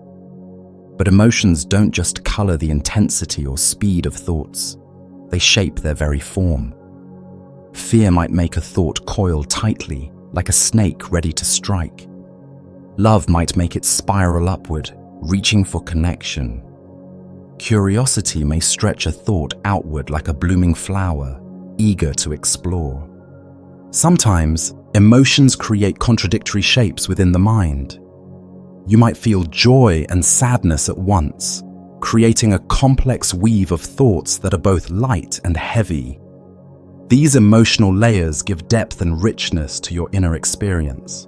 They remind you that thoughts are not just facts or ideas, but lived moments. The connection between emotion and thought also explains why some ideas stick with us longer than others. A neutral fact may be forgotten quickly, but a thought tied to a strong feeling, hope, fear, passion, becomes etched deeply in memory. Emotions act like a glue, binding thoughts into the fabric of who we are. Understanding this connection is powerful. When you recognize that a troubling thought carries the shape of anxiety or grief, you can approach it with compassion rather than resistance. You begin to see that managing your emotions helps shape your thinking, and vice versa. Meditation and mindfulness teach us to observe thoughts and emotions without judgment, noticing how feelings give texture to the mind's activity. By simply watching, you can begin to untangle tight coils, soften sharp edges, and invite flow back into your mental landscape. As you prepare to rest, tune into the shapes your emotions give your thoughts. Notice if they feel tight or loose, sharp or soft, fast or slow. Don't try to change them, just observe. Feel how emotion and thought dance together in your mind's quiet theater. Remember that your inner world is not just a place of ideas, but a living tapestry woven with feeling and meaning. And in this delicate interplay lies the fullness of your human experience. So let your thoughts breathe with emotion. Let them glow with feeling, and let the shapes they take guide you gently through the night into peaceful rest and new understanding. Some thoughts carry with them an unmistakable texture, a feeling that goes beyond words and images. Anxiety is one of the most vivid examples of this. It is not just a mental state, but a shape, a pattern that seems to coil and shift within the mind and body. The presence of anxiety colors thoughts in a way that is often sharp, restless, and intrusive. Imagine anxiety as a thick, swirling fog inside your mind. It is heavy and dense, making it difficult to see clearly. Thoughts caught in this fog feel tangled and urgent, like a swarm of bees buzzing relentlessly. This texture is not smooth or soft. It is jagged, uneasy, and unpredictable. Anxiety twists the natural flow of thinking into sharp, staccato bursts, breaking concentration and peace. Physically, anxiety manifests as tension. The chest tightens, the stomach knots, muscles clench. This bodily sensation feeds back into the mind, reinforcing the weight and shape of anxious thoughts. The two, mind and body, are entwined in a loop. The heavier the anxiety feels in the body, the more overwhelming the thoughts become. And the more urgent the thoughts, the more the body tightens. Anxiety's shape is often circular or spiral-like, endlessly looping back on itself. Worries revolve around the same fears, doubts, and what-ifs, making it hard to find escape. The mind feels caught in a cage of its own making, with bars formed from past worries and future uncertainties. This cyclical pattern can create a sense of being trapped inside a storm that never quite passes. But anxiety also carries a restless energy. It propels thoughts forward with rapid speed, making it hard to slow down or focus. The texture of anxious thought is often prickly, as if tiny needles are scattered through the mental landscape. This prickliness can cause discomfort, leading to avoidance or distraction in an attempt to escape the uneasy sensation. Despite its challenges, anxiety is a signal, a shape of warning. It alerts you to stress, to threats, to things that need attention. It is part of your mind's protective mechanism, trying to keep you safe by anticipating danger. But when anxiety becomes overwhelming, the texture of thought shifts from helpful caution to paralyzing fear. Understanding the texture of anxious thoughts helps in managing them. Recognizing the coil and swirl inside your mind allows you to step back and observe, rather than become swept away. Practices like mindfulness teach you to watch these thoughts as if they are clouds passing through the sky, not storms you must fight or fear. Sometimes the texture softens when you find grounding. A breath, a calm word, a gentle movement can begin to unravel the tightness. The fog lifts slightly. The prickles dull. The cycle breaks, even if only for a moment. These moments of ease show that the shape of anxiety is not fixed. It can change, shift, and dissolve. You might notice that anxiety's texture varies from person to person and moment to moment.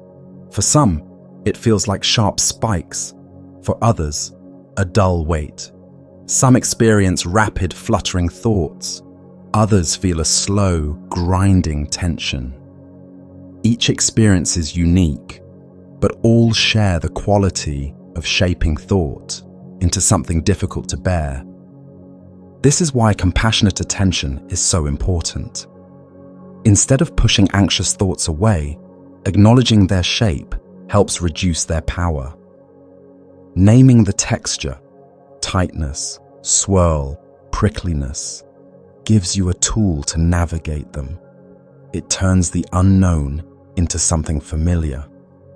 Tonight, as you prepare to rest, invite your awareness to explore the texture of your thoughts gently. Notice if anxiety is present. If it is, don't resist. Observe how it feels in your mind and body. Notice its patterns, its shape, its movement. You don't have to fix or change anything, just be present with what is. In this presence, the heavy fog can begin to clear. The sharp edges may soften. And the restless swirl may find stillness. Because understanding the texture of anxious thought is the first step toward calming the mind and welcoming peace. Calmness is a gentle presence, a soft place within your mind where thoughts flow like a slow, steady river. Unlike the sharp edges of worry or the tangled coils of anxiety, calm thinking moves with grace and ease. Its texture is smooth, fluid, and open, inviting rather than demanding. When you are calm, your thoughts feel spacious, as if they have room to breathe and unfold naturally. Imagine a lake at dawn, its surface glassy and still. The water reflects the sky perfectly, unbroken by waves or ripples. This is the essence of calm thinking. Thoughts glide across the mind like leaves drifting gently on that quiet water. There is no rush, no pressure, just a steady, soothing flow. Calmness creates a space where clarity can emerge. When your mind is quiet, you can see ideas more clearly without the noise of distraction or the chaos of stress. Problems begin to untangle themselves. Decisions that felt overwhelming become manageable. Insight arrives not with force, but with gentle certainty. This softness of thought also nurtures creativity. In calm moments, your mind can wander freely, connecting ideas in new ways.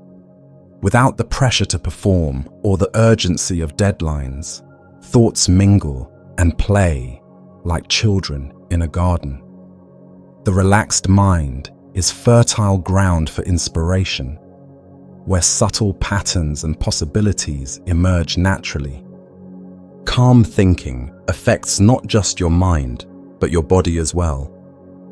When you feel peaceful inside, your breathing slows, your muscles relax, and your heart rate steadies. This bodily ease reinforces the calm texture of your thoughts, creating a harmonious loop between mind and body. You may notice calmness as a quiet smile within your mind, a gentle reassurance that all is well, at least for now. It is not the absence of problems, but a way of holding them lightly without becoming overwhelmed. Calmness allows you to face challenges with steadiness rather than panic. Sometimes, calm thoughts feel like a soft light, a warm glow that fills the spaces between ideas. They are patient and kind, inviting you to slow down and notice the small details of your inner world. This lightness can transform heavy burdens into manageable pieces, making even difficult feelings easier to carry. Practicing calmness is like tending a garden. It requires attention, care, and patience. You might find calm by focusing on your breath, by listening to quiet music, by walking slowly in nature, or simply by sitting still and observing your thoughts without judgment. Each moment of calm strengthens the gentle texture of your thinking. It's important to remember that calmness is not a permanent state. Life's demands and emotions will stir the waters again, but calmness returns, like the tide. It comes in waves, sometimes subtle, sometimes strong, and each return brings refreshment, clarity, and peace. When you cultivate calm in your mind, you build resilience. You create a refuge you can visit whenever the noise grows too loud. Calmness becomes a sanctuary, a safe harbor amid the storms of thought. Imagine memories not as fixed images or clear stories, but as a maze, a complex, winding network of paths that twist and turn in unexpected ways.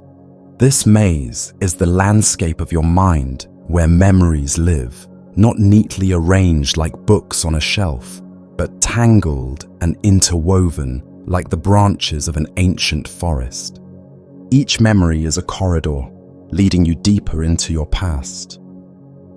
Sometimes the path is clear and well lit, easy to follow. A vivid moment from childhood, a joyful laugh, the scent of rain on a summer afternoon. These are the open trails, inviting and familiar. Other times, the paths are shadowed and confusing. They wind in circles, dead end abruptly, or fork into multiple directions. These memories are harder to reach, perhaps moments you've tried to forget or feelings too complex to fully understand. Yet even these hidden parts of the maze hold meaning, waiting quietly for you to explore. Walking through this mental labyrinth is rarely straightforward. You might start down one path, only to find yourself looping back to where you began. A single memory can branch into dozens of related moments, faces, sounds, smells, emotions, all connected by threads that are often invisible until you pay close attention. This maze is not static. It changes with time and perspective. A path that seemed blocked yesterday might open today. A memory once painful may become softer, its edges less sharp. Your mind reshapes the maze as you grow, adding new corridors of understanding and closing others to protect you. The maze of memory also contains surprises. You might stumble upon forgotten treasures, small moments you hadn't realized were important, or insights hidden beneath layers of experience. Sometimes, the maze leads you to a sudden realization, a forgotten lesson, or a buried piece of joy. Navigating this maze requires patience and gentleness. It's easy to become lost or overwhelmed. Memories can trigger strong feelings, grief, nostalgia, regret, or longing. But the maze is also a place of healing. By walking its paths carefully, you can reconnect with parts of yourself that have been hidden or neglected. Our minds often use stories to help map this maze. We tell ourselves narratives to make sense of our memories, to give them shape and meaning. But the real structure of memory is more like a labyrinth than a straight line. It is winding, complex, sometimes confusing, but always alive. This maze is unique to you. No one else has your exact pattern of memories, your personal twists and turns. It holds the story of your life, your joys, your struggles, your growth.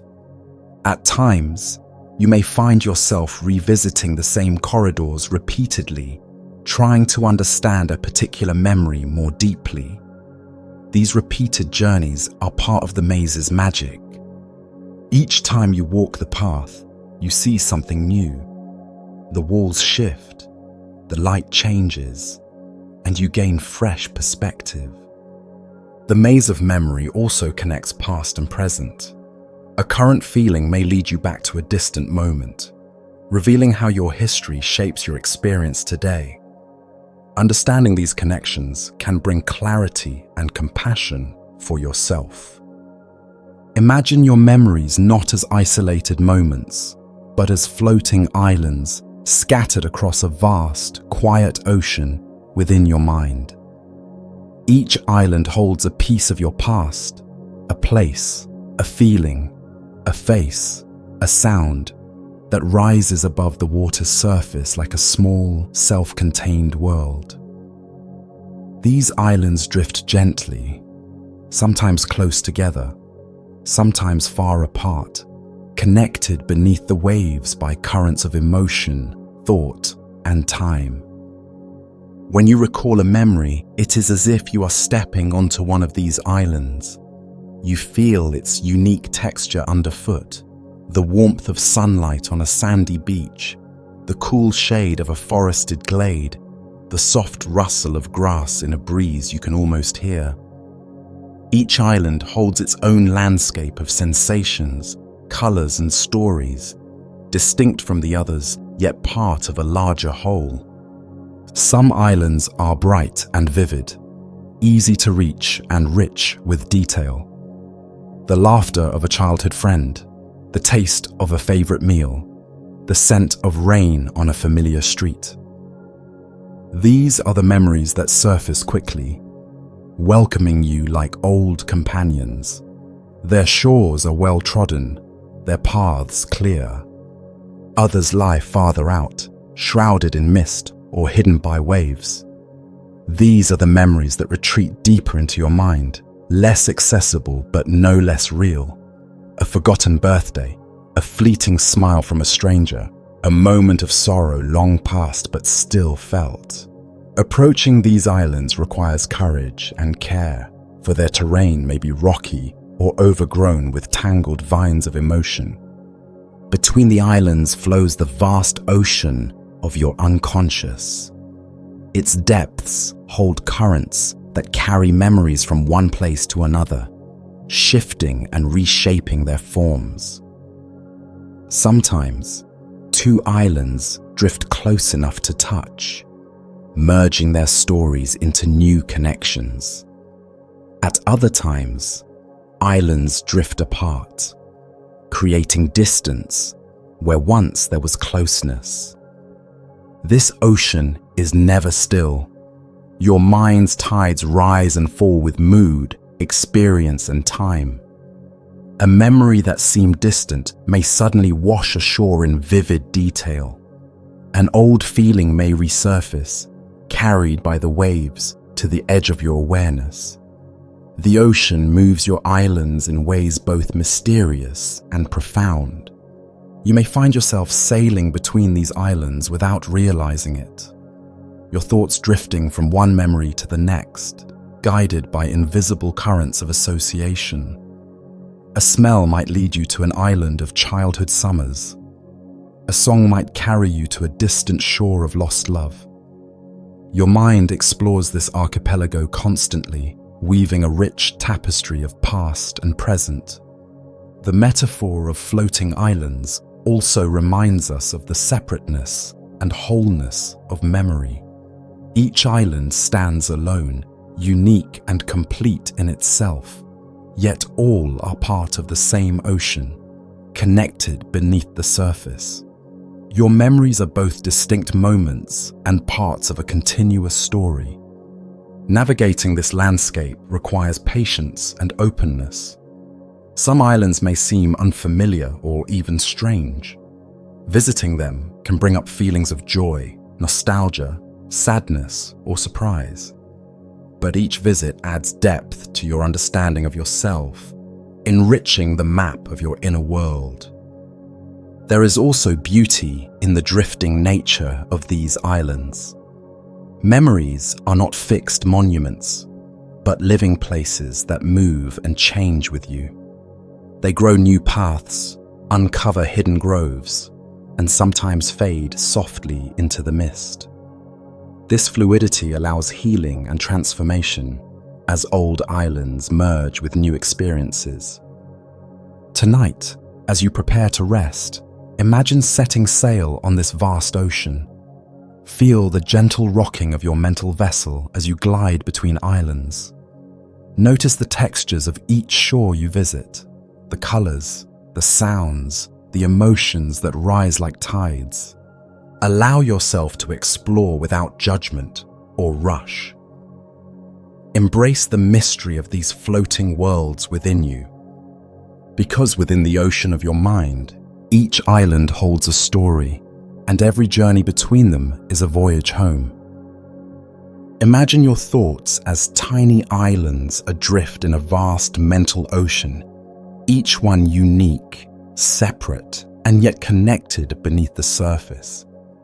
These floating islands are the snapshots of your experiences, memories, and feelings, each standing alone yet part of the whole landscape of your mind. Each island carries its own atmosphere, a particular shape, texture, and color that reflects the essence of that thought or memory. Some islands are lush and vibrant, covered with rich forests of joy and warmth. Others may be rocky and barren, shaped by moments of pain or challenge. Some drift gently, carried by calm currents of reflection, while others are tossed about by waves of emotion and change. The islands don't exist in isolation. Beneath the ocean's surface, Invisible currents weave between them, connecting one to another in intricate, sometimes mysterious ways. These currents represent the subtle links of association, how one memory or idea leads to another, how emotions ripple outward, influencing distant parts of your mind. Sometimes, two islands drift close together, their edges almost touching. In these moments, ideas merge and intertwine, creating new insights and understandings. Other times, islands separate, drifting apart with time, or shifts in perspective, creating space for growth or healing. Exploring this archipelago of thought is an act of gentle navigation. You might find yourself stepping from one island to another unexpectedly. A scent, a sound, or a feeling can transport you to a distant shore in your mind. A childhood laughter might lead you to the sandy beach of a forgotten summer, or a quiet sadness might guide you to a rocky cliff of lost hope. The isolation of each island can sometimes feel lonely, just as your thoughts can feel fragmented or disconnected. Yet this very separateness allows each island to hold its story fully, without being overwhelmed by others. It's a sanctuary of sorts, a place where memories rest and wait, safe from the tides of distraction. But the beauty lies in the ocean connecting these islands. This vast, flowing space allows for movement, change, and renewal. It reminds us that while our thoughts and memories may seem separate, they are all part of the continuous flow of consciousness. You may notice that the ocean's currents shift with your mood and awareness. When you feel calm, the waters are gentle and islands drift slowly, inviting peaceful exploration. When emotions run high, the ocean swells and surges, pushing islands into new alignments, revealing unexpected pathways. Each visit to an island changes it slightly. Your perspective alters its shape, softens its edges, or brings new colors to its landscape. Over time, the archipelago evolves, just as you do, reflecting your growth, healing, and unfolding story. Tonight, as you prepare to rest, imagine yourself sailing among these floating islands. Feel the gentle rocking of your mental vessel as you approach one. Step onto its shores and explore its terrain. Notice the textures, the scents, the colors of the place. Listen to the stories whispered by the wind. Let your mind wander freely, without judgment or hurry, between these islands of thought. Embrace their solitude and their connection, because in the vast ocean of your inner world, every island is a home, and every journey between them is a path to deeper understanding. Within the vast landscape of your mind, decisions often emerge not as simple, straight paths, but as complex structures, an architecture built from countless experiences, values, fears, and hopes. Imagine your decision-making process as a grand building, rising slowly from the ground up, each floor and room carefully constructed from the materials of your past and present. When you face a choice, whether small or monumental, your mind begins to gather the bricks. These bricks are pieces of information, facts, memories, advice, emotions. Some are solid and familiar, like well-worn stones shaped by years of experience. Others are new and untested, like fresh mortar still wet and waiting to set. As these materials assemble, the architecture takes shape. There are hallways lined with past successes and failures, rooms filled with hopes and fears, staircases that climb toward possibilities and risk. Every element influences the whole, creating a structure that is both stable and flexible, grounded and open to change. This mental architecture is deeply personal. No two people build the same structure because no two minds hold the same experiences or values. Your unique life story shapes how decisions are framed, what options seem possible, and what outcomes you envision. The architecture reflects not just logic, but emotion, intuition, and belief. Sometimes, the building is clear and well-planned, a sturdy house with strong foundations and defined rooms. You can walk through it confidently, knowing where each decision leads. Other times, the architecture is under construction or renovation. Walls are shifting, corridors are being added or removed. This can feel unsettling, but it also means growth and possibility. Within this structure, some rooms may be brightly lit, areas where your mind feels certain and at ease. Other rooms might be shadowed or locked, representing doubts, fears, or unresolved conflicts. Exploring these parts requires courage, as they may hold hidden truths or difficult feelings. Decision-making also involves navigating this complex architecture.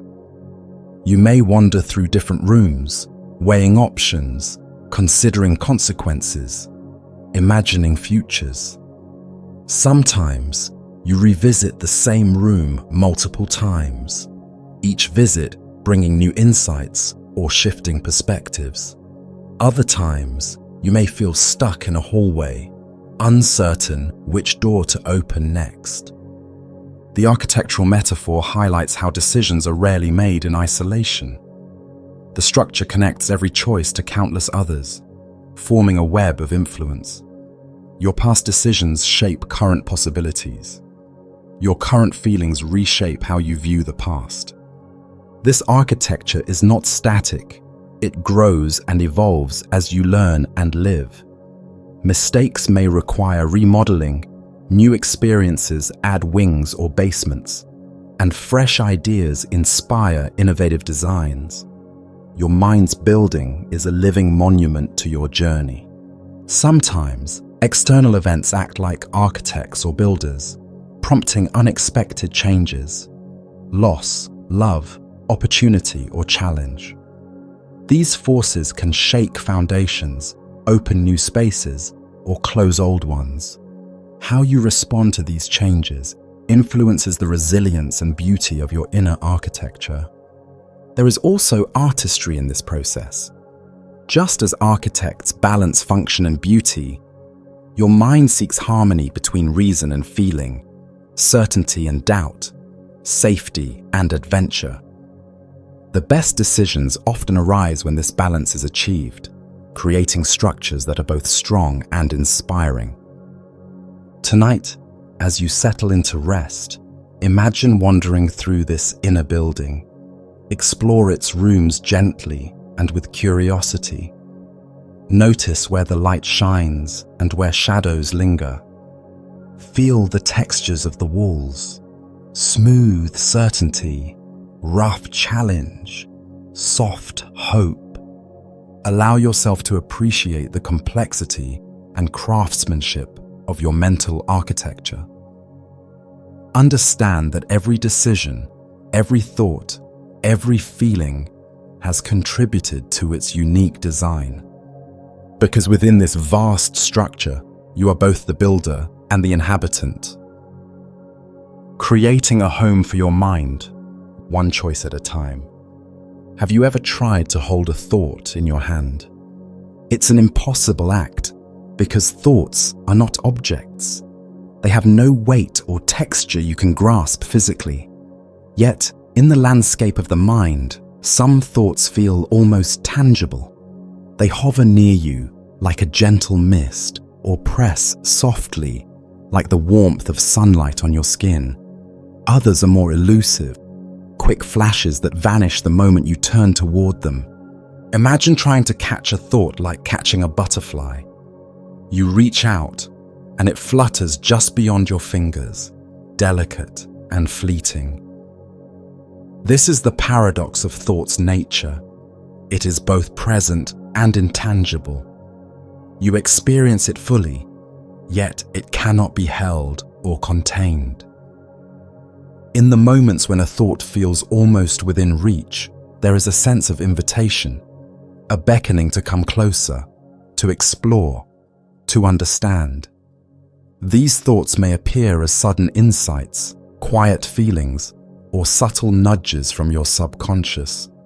They are like whispers from the depths of your mind, waiting patiently to be heard. The mind loves to try to hold on to these thoughts, to pin them down with words or images. We write them in journals, speak them aloud, or capture them in art and music. These acts are attempts to give shape to the shapeless, form to the formless. Yet no matter how carefully we try, the essence of a thought often remains elusive. This elusiveness is part of what makes thoughts so fascinating and alive. They move with the fluidity of water, shifting with your attention and mood. One moment a thought is bright and clear. The next, it dissolves into the background, replaced by something new. Sometimes, thoughts seem to slip away because we chase them too hard. When the mind is tense or distracted, thoughts become shy and fleeting. But when you relax, when you allow your awareness to open gently without grasping, thoughts may linger longer, revealing more of their subtle beauty. There is also a mystery in the way thoughts arise and fade.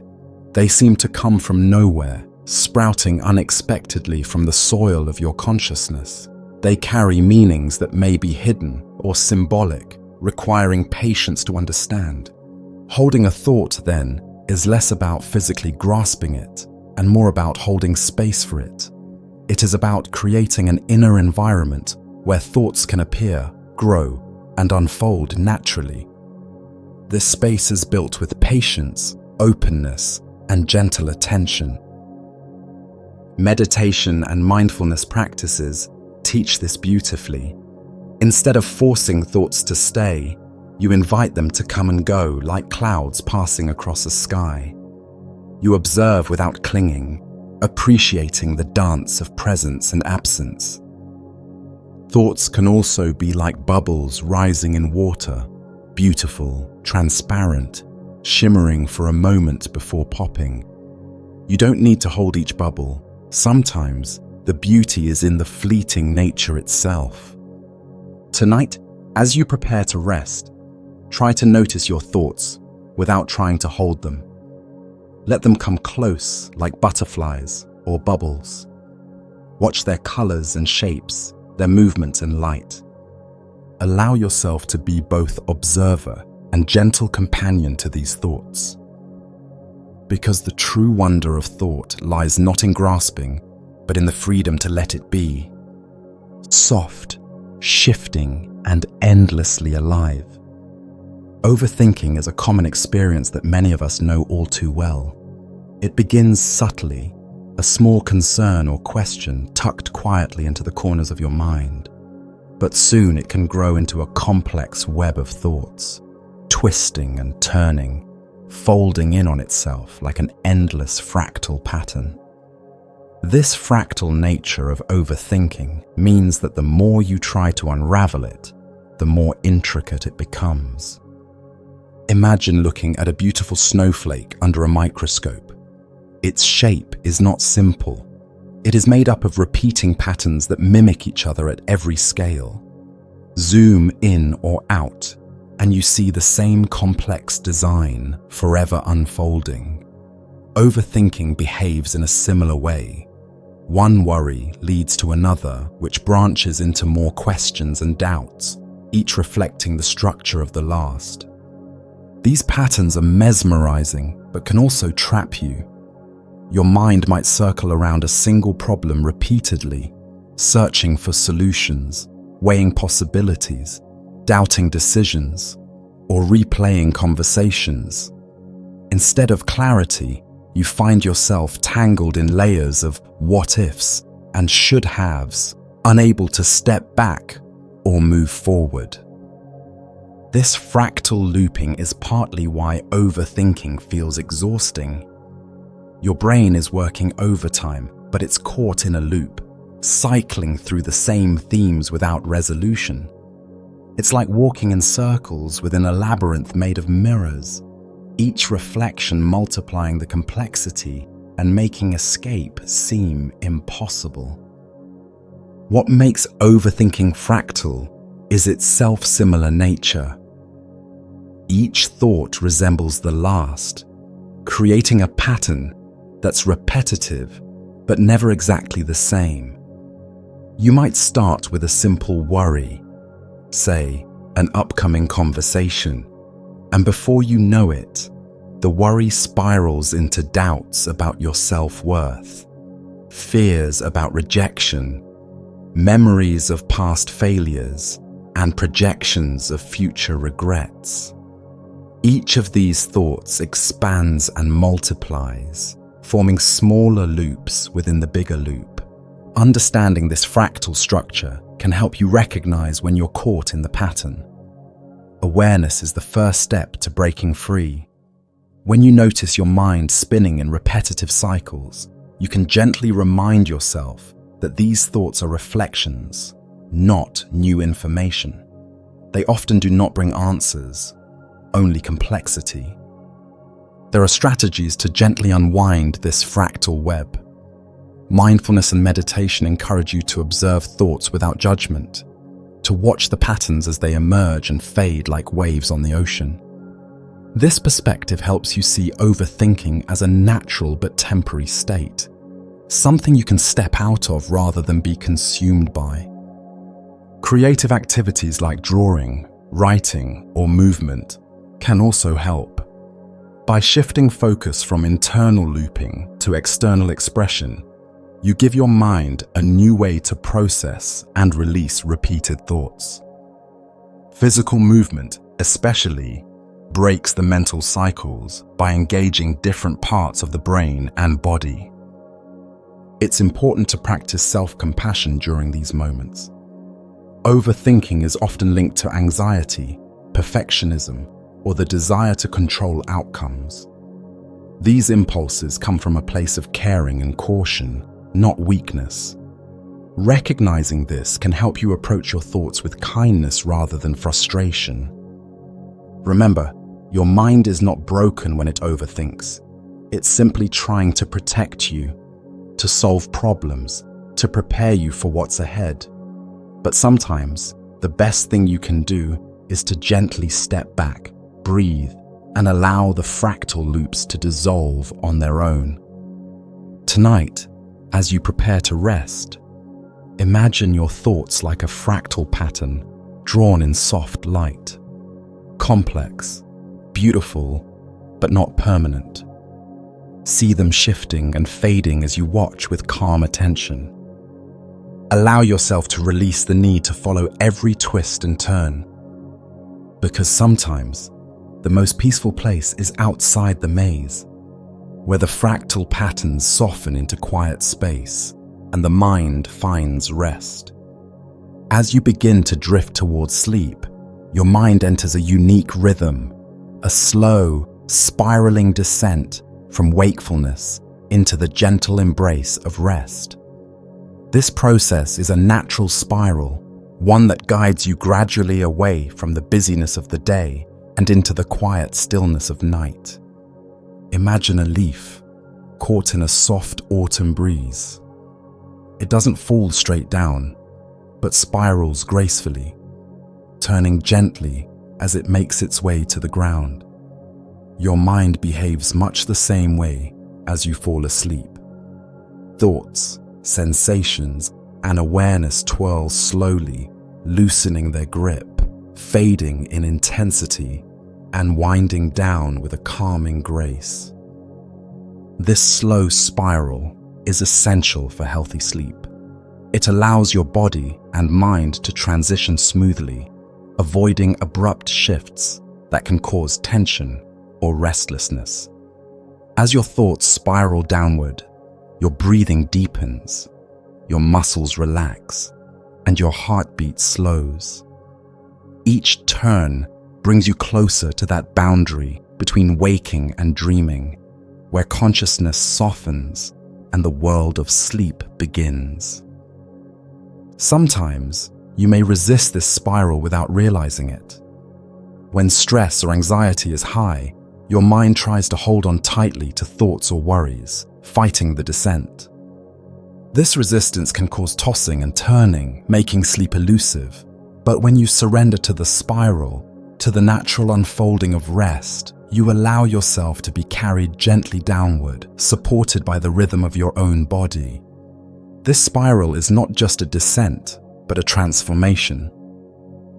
As you move deeper into sleep, your mind begins to shift from the logical, analytical thinking of the day into the symbolic, imaginative flow of dreams. The spiral is a bridge between two worlds, the clear light of conscious thought and the shimmering twilight of the unconscious. Within this spiral, time seems to stretch and contract. Minutes may feel like moments, or moments like eternity. The boundaries of self begin to blur. You may feel as if you are falling, floating, or spinning softly through space. These sensations are part of the spiral's dance, guiding you into deeper layers of rest. The spiral can also be a metaphor for inner growth. Just as sleep renews the body, the gentle winding down of your mind allows emotional and mental renewal. In this quiet state, your brain processes memories, releases tension, and restores balance. The spiral helps you shed the weight of the day and prepare for a fresh beginning. If you find your mind restless as you try to sleep, imagine following the spiral consciously. Picture your thoughts and worries as leaves caught in a gentle swirl, carried away effortlessly. Let your breath trace the curve of the spiral. Slow in, slow out, turning softly with each inhale and exhale. You might feel a comforting pull toward the center of the spiral, a place of deep calm and stillness. This center is the quiet heart of your being, untouched by noise or stress. As you move closer, your body and mind relax further, and sleep becomes a natural unfolding rather than a battle. Remember, the spiral is patient and kind. It doesn't rush or demand. It invites you to flow with it, to trust in the natural rhythms of your body and mind. Tonight, as you lie still, imagine yourself gently spiraling downward. Let the twists and turns carry you softly into sleep. Feel yourself surrendering to the gentle motion, knowing that you are supported every step of the way. Because in this slow spiral lies renewal, peace, and the promise of a new dawn. Waiting patiently in the quiet turns of your night. Thoughts often exist in spaces between words. Those quiet, invisible gaps where meaning lingers without needing to be spoken or written. Imagine a conversation held not just in sentences, but in the pauses between them, in the breath that falls softly after a phrase, in the silence that fills the room when words fade away. These spaces between words are where much of our thinking actually lives. They are not empty or void, but rich with subtle textures, feelings, impressions, half-formed ideas that resist being pinned down by language. Thoughts drifting here are like shadows dancing at the edges of light, hints rather than statements, whispers rather than shouts. When you try to capture every thought with words, you might find that something always slips away. Language, by its nature, is limited. It demands structure, order, and clarity. But the mind often moves in rhythms that are fluid, non-linear, and ambiguous. The space between words allows those rhythms to breathe. Consider poetry, where much is said in what is left unsaid. A line breaks, a pause hangs, and meaning deepens, not in the words themselves, but in the gap between them. This is where readers find room to feel, imagine, and connect. The silence speaks as loudly as the sound. In everyday conversation, these spaces carry emotion and nuance. The hesitation before an answer may reveal doubt. The trailing off of a sentence may suggest longing or uncertainty. Sometimes what is not said matters more than what is spoken. The pauses hold meaning, shape tone, and color understanding. Thoughts that live in these in-between spaces are often the most delicate and profound. They may be fleeting feelings, an inkling of intuition, a flicker of memory, a subtle shift in mood. They invite reflection rather than reaction, waiting quietly for attention. Because these thoughts resist easy description, they challenge us to listen more deeply, not just to words, but to silence, to rhythm, to the body's cues.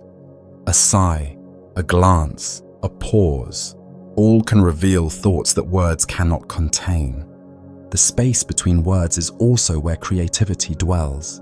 It is a fertile ground for imagination, where new ideas take shape before they are born into language. Musicians feel this space as rests and holds in a melody. Dancers move through the silence between beats. Visual artists sense the balance of form and empty space on a canvas.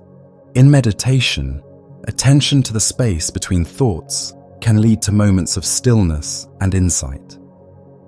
By noticing what arises in the gaps, the quiet presence beyond words, you open to a deeper awareness that transcends thought itself. Yet this space can also feel uncomfortable. Our culture often values clear expression and fast answers, leaving little room for ambiguity or silence. We may rush to fill gaps with noise or explanation, afraid of the unknown or the unspoken. Learning to be with the space between words is a practice in patience and openness. It invites you to slow down, to listen without needing to fix or understand immediately. It offers a pause, a moment to gather, to feel, to simply be. Tonight, as you rest, pay gentle attention to these spaces in your mind. Notice the thoughts that arise softly between the louder ideas. Feel the rhythm of your breath as it moves in and out, marking silent intervals. Allow yourself to rest not only in words, but in the silence between them. Because in these quiet spaces, your mind finds room to unfold, and your heart learns to hear what cannot be spoken. Some people experience their thoughts not as words or abstract concepts, but as vivid mental images, a form of thinking often called visual thinking. For these visual thinkers, the mind is like a movie theater or an artist's studio, filled with pictures, colors, shapes, and movements that convey meaning more powerfully than language alone ever could. Visual thinking begins early in life, often before we learn to speak.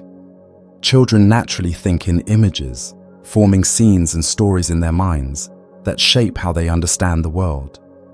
This mode of thought is deeply intuitive and holistic, allowing the brain to process complex information quickly by seeing patterns, relationships, and possibilities all at once.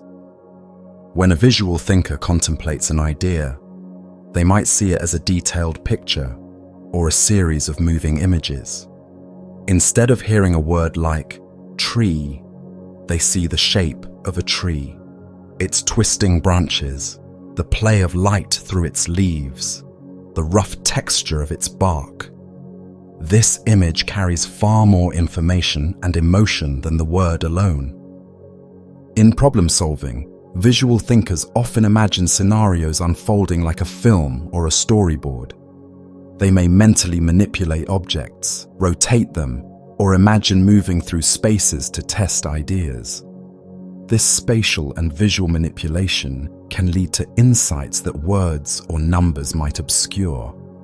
Artists, designers, architects, and engineers often rely heavily on visual thinking, translating abstract concepts into concrete visual forms.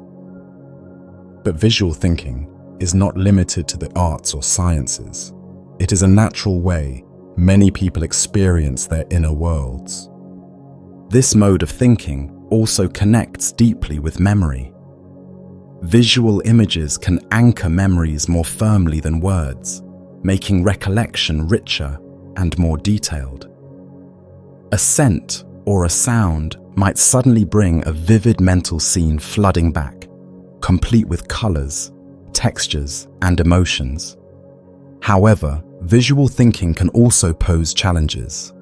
Because the experience is often non-verbal and fluid, visual thinkers may find it difficult to explain their thoughts precisely or to fit their inner images into conventional verbal frameworks. They might struggle with linear communication or with translating their mental images into words others can understand. Recognizing visual thinking can be a key to unlocking creativity and communication. By honoring this way of experiencing thought, you can learn to nurture your mental imagery, use it as a tool for insight, and find new ways to share your inner world. Practices like drawing, visualization, guided imagery, and mindfulness of mental pictures can deepen your connection to visual thought. These activities help transform fleeting images into lasting ideas and connect abstract concepts to sensory experience. Tonight, as you rest quietly, invite your mind to paint pictures behind your closed eyes. Watch as images arise, not forced or controlled, but flowing naturally like scenes in a dream. Notice the colors, shapes, movements, and feelings that come with them. Allow yourself to explore your inner gallery, appreciating the richness and depth of your visual mind. Because in the silent cinema of your thoughts, images speak a language beyond words, and through them, you glimpse the boundless creativity of your soul. Music has a profound way of shaping our thoughts and emotions, acting almost like a language of feeling that speaks directly to the heart. When we listen to music, it does more than fill the silence.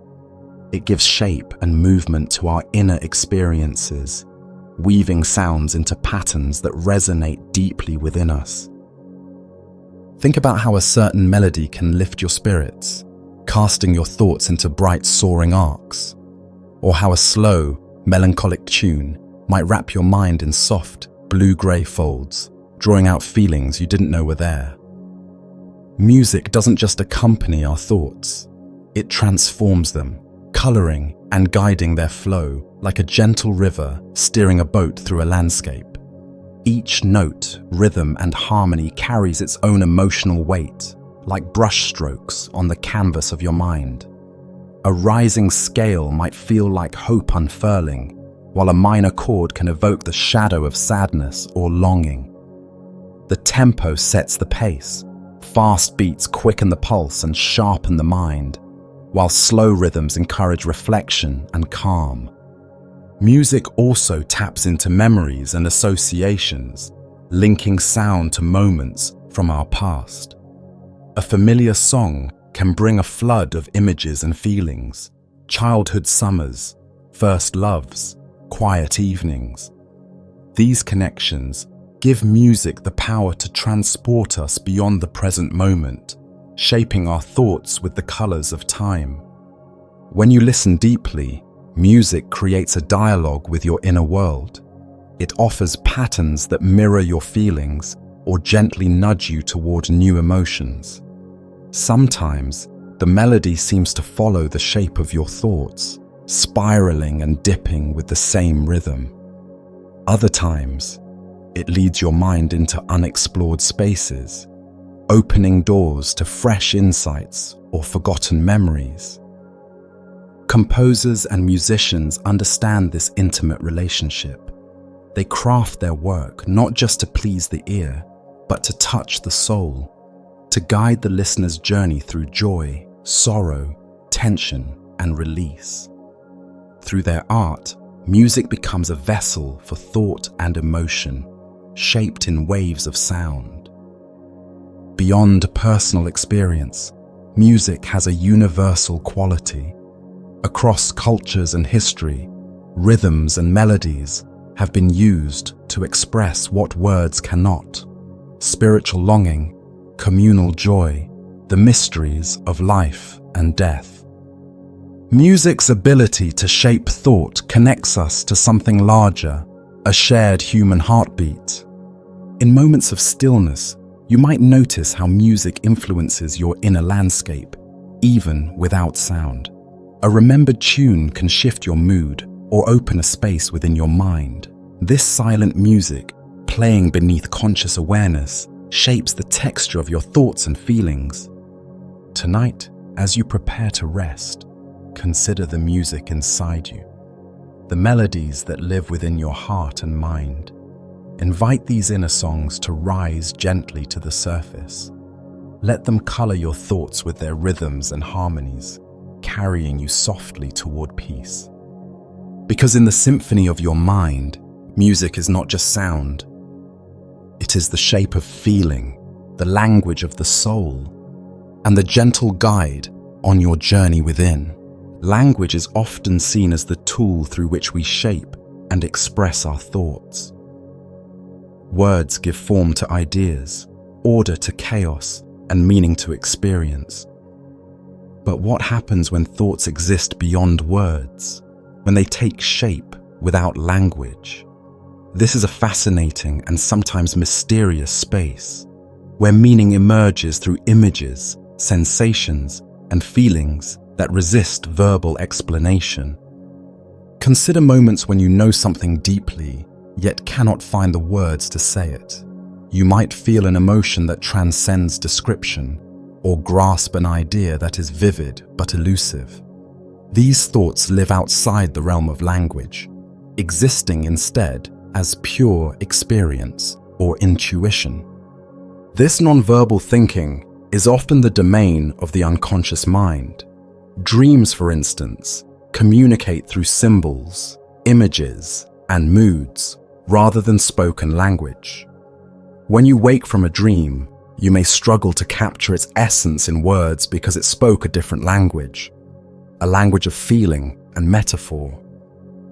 Many artists, musicians, and poets tap into this wordless realm to create.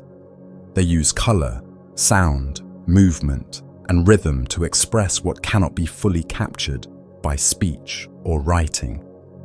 Their works resonate because they speak directly to the parts of us that think and feel beyond words. Nonverbal thought also plays a crucial role in intuition. Sometimes, a decision or understanding arises not through logical reasoning, but as a subtle knowing, a sense, a gut feeling, a flash of insight that is clear without explanation.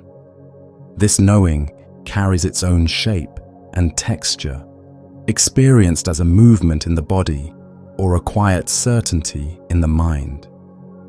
Children, before they acquire language, live fully in this nonverbal space. Their thoughts are sensory and imaginative, rich with colors, sounds, and tactile sensations. As adults, we often lose touch with this way of thinking, favoring words and concepts. But reconnecting with nonverbal thought can open new pathways to creativity, understanding, and healing.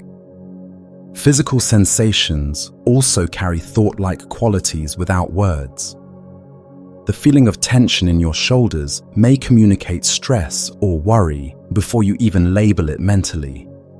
A sudden rush of warmth might signal affection or excitement.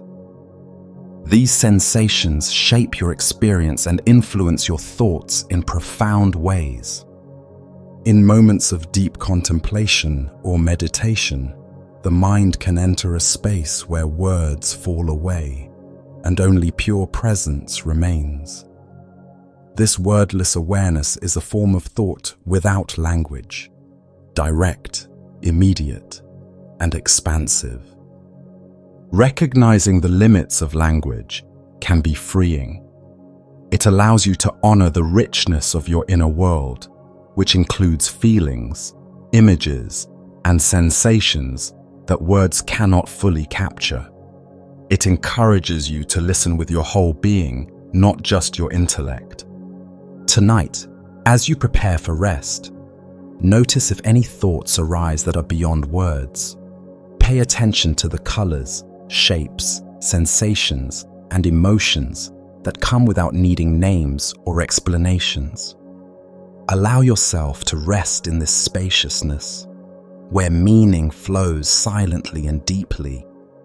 Because sometimes the most profound thoughts are those that speak without words, shaping your inner world in ways language can never fully hold. Thoughts often appear as fleeting visitors, brief flashes of insight or passing concerns that drift through the mind and vanish. But sometimes thoughts settle more deeply, embedding themselves like seeds in the fertile soil of the subconscious.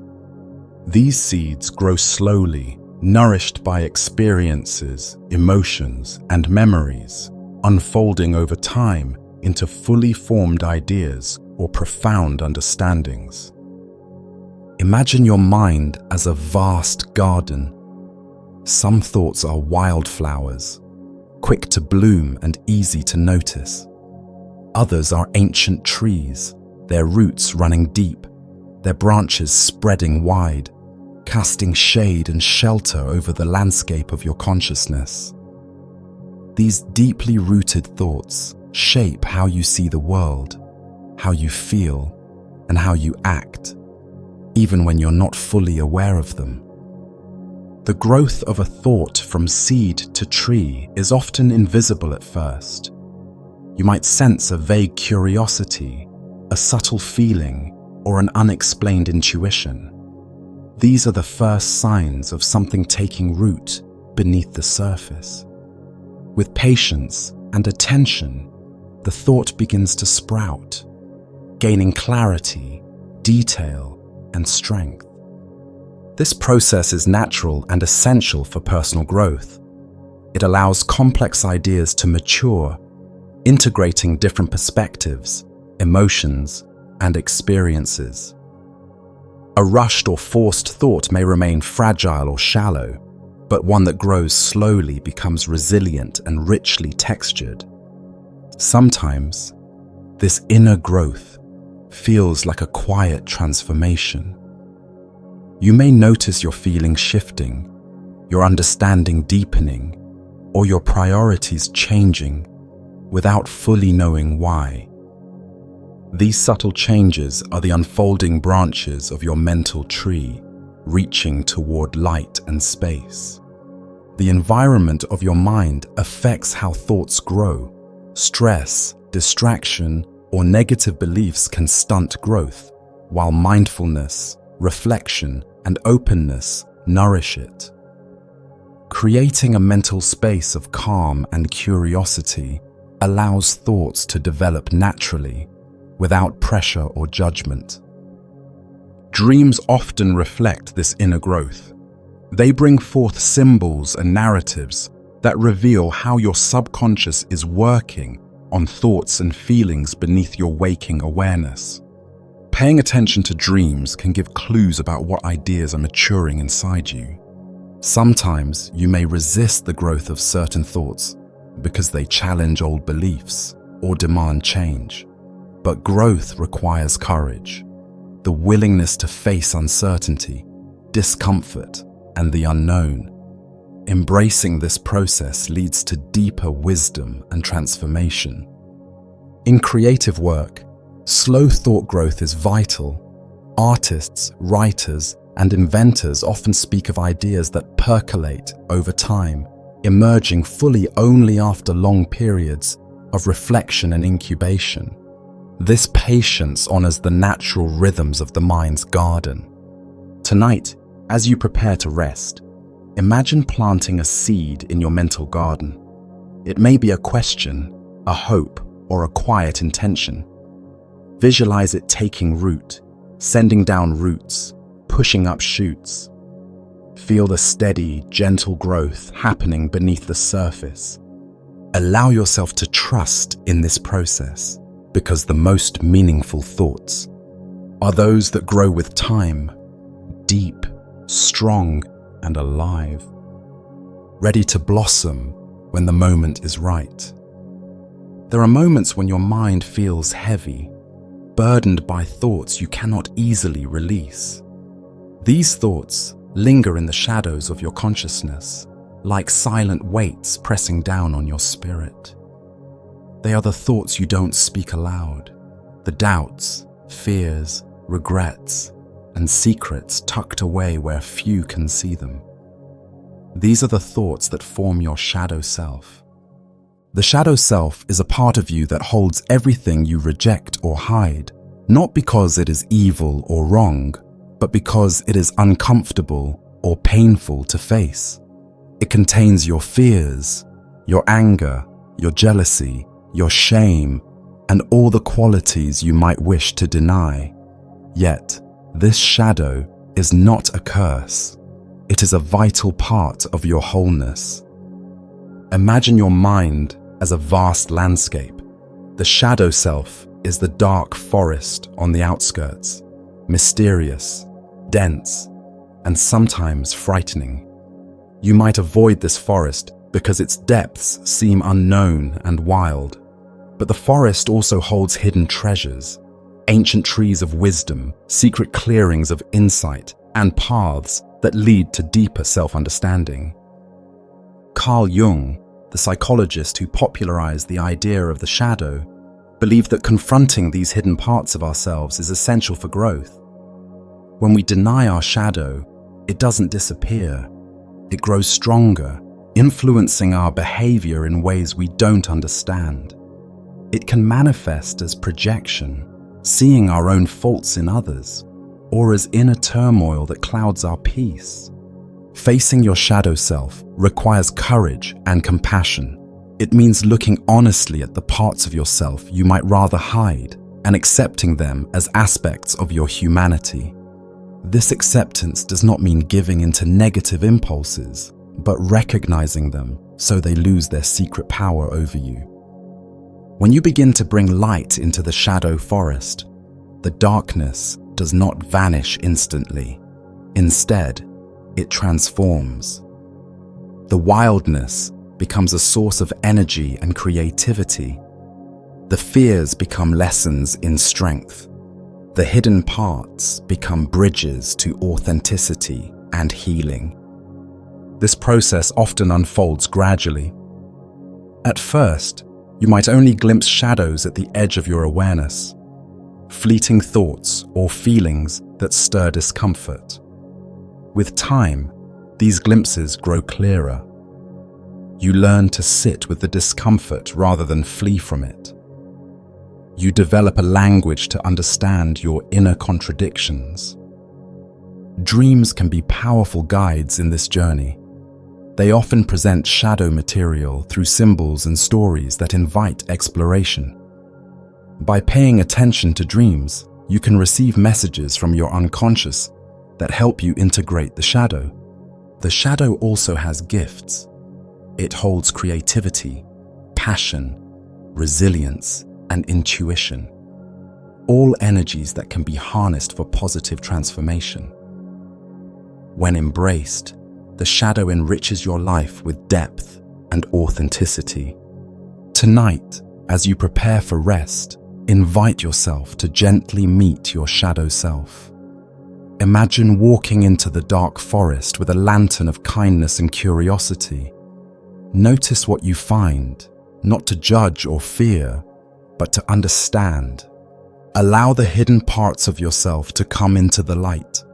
Listen to their stories, feel their presence, and know that in this integration lies healing. Because the shadow self is not your enemy, it is a vital part of your soul, waiting to be known, accepted, and transformed into strength. Intelligence is often celebrated as a shining beacon of human capability, a light that guides us through complexity, illuminates mysteries, and propels us toward progress. Yet, beneath this brilliance lies a paradox that many thoughtful minds have wrestled with. Intelligence can be isolating. The very clarity and depth that make intelligent people powerful thinkers can also set them apart, sometimes making them feel alienated from the world around them. Imagine your mind as a vast lighthouse standing tall on a rocky shore. Its beam cuts through fog and darkness, revealing hidden dangers and illuminating distant horizons. But the lighthouse itself is solitary, surrounded by turbulent seas and jagged cliffs. The keeper of the light watches alone, burdened by the responsibility of seeing what others cannot. Highly intelligent individuals often experience a similar solitude. Their heightened awareness allows them to perceive nuances, contradictions, and complexities that may elude others. They notice inconsistencies in social norms, question accepted truths, and think deeply about abstract concepts. This depth of thought can create a gap between them and those whose thinking is more straightforward or pragmatic. This gap can lead to feelings of loneliness and misunderstanding. Intelligent people may find it difficult to connect with others who do not share their perspective or intensity of thought. Conversations that seem effortless to most can feel shallow or frustrating. The desire for meaningful dialogue can clash with the reality of everyday interactions, leading to isolation. Moreover, intelligence often brings a heightened sensitivity to the world's imperfections. Recognizing injustice, suffering, and irrationality can weigh heavily on a sensitive mind. The intelligent thinker may struggle with existential questions, wrestling with the apparent absurdity or cruelty of life. This awareness can breed cynicism, disillusionment, or a sense of being out of step with the optimistic or complacent attitudes of others. Historically, many great thinkers and philosophers have expressed this tension. They spoke of the burden of insight, the challenge of carrying knowledge that others reject or fail to see. The intelligent mind is sometimes like a candle flame flickering in the wind, vulnerable yet persistent. Yet, intelligence need not be a source of despair or alienation. Awareness of this paradox can lead to compassion, both for oneself and for others. Recognizing that deep thought and feeling come with challenges allows for a gentler relationship with oneself. It opens the possibility of seeking out like-minded souls, creating communities where intellectual depth is embraced and nurtured. Intelligence also carries with it the power of empathy and understanding, the capacity to see multiple perspectives and appreciate complexity can bridge divides rather than deepen them. When combined with emotional intelligence and humility, intellectual brilliance becomes a tool for connection rather than separation. Cultivating balance is essential. Engaging with art, nature, or simple human pleasures can ground the mind and soothe the spirit. Practices that foster mindfulness and presence help temper the restless quest for understanding, allowing moments of peace and acceptance. Tonight, as you prepare to rest, imagine yourself as both lighthouse and harbor, shining your light while also seeking safe shores. Embrace the fullness of your intelligence, with all its gifts and challenges. Know that you are not alone in this experience.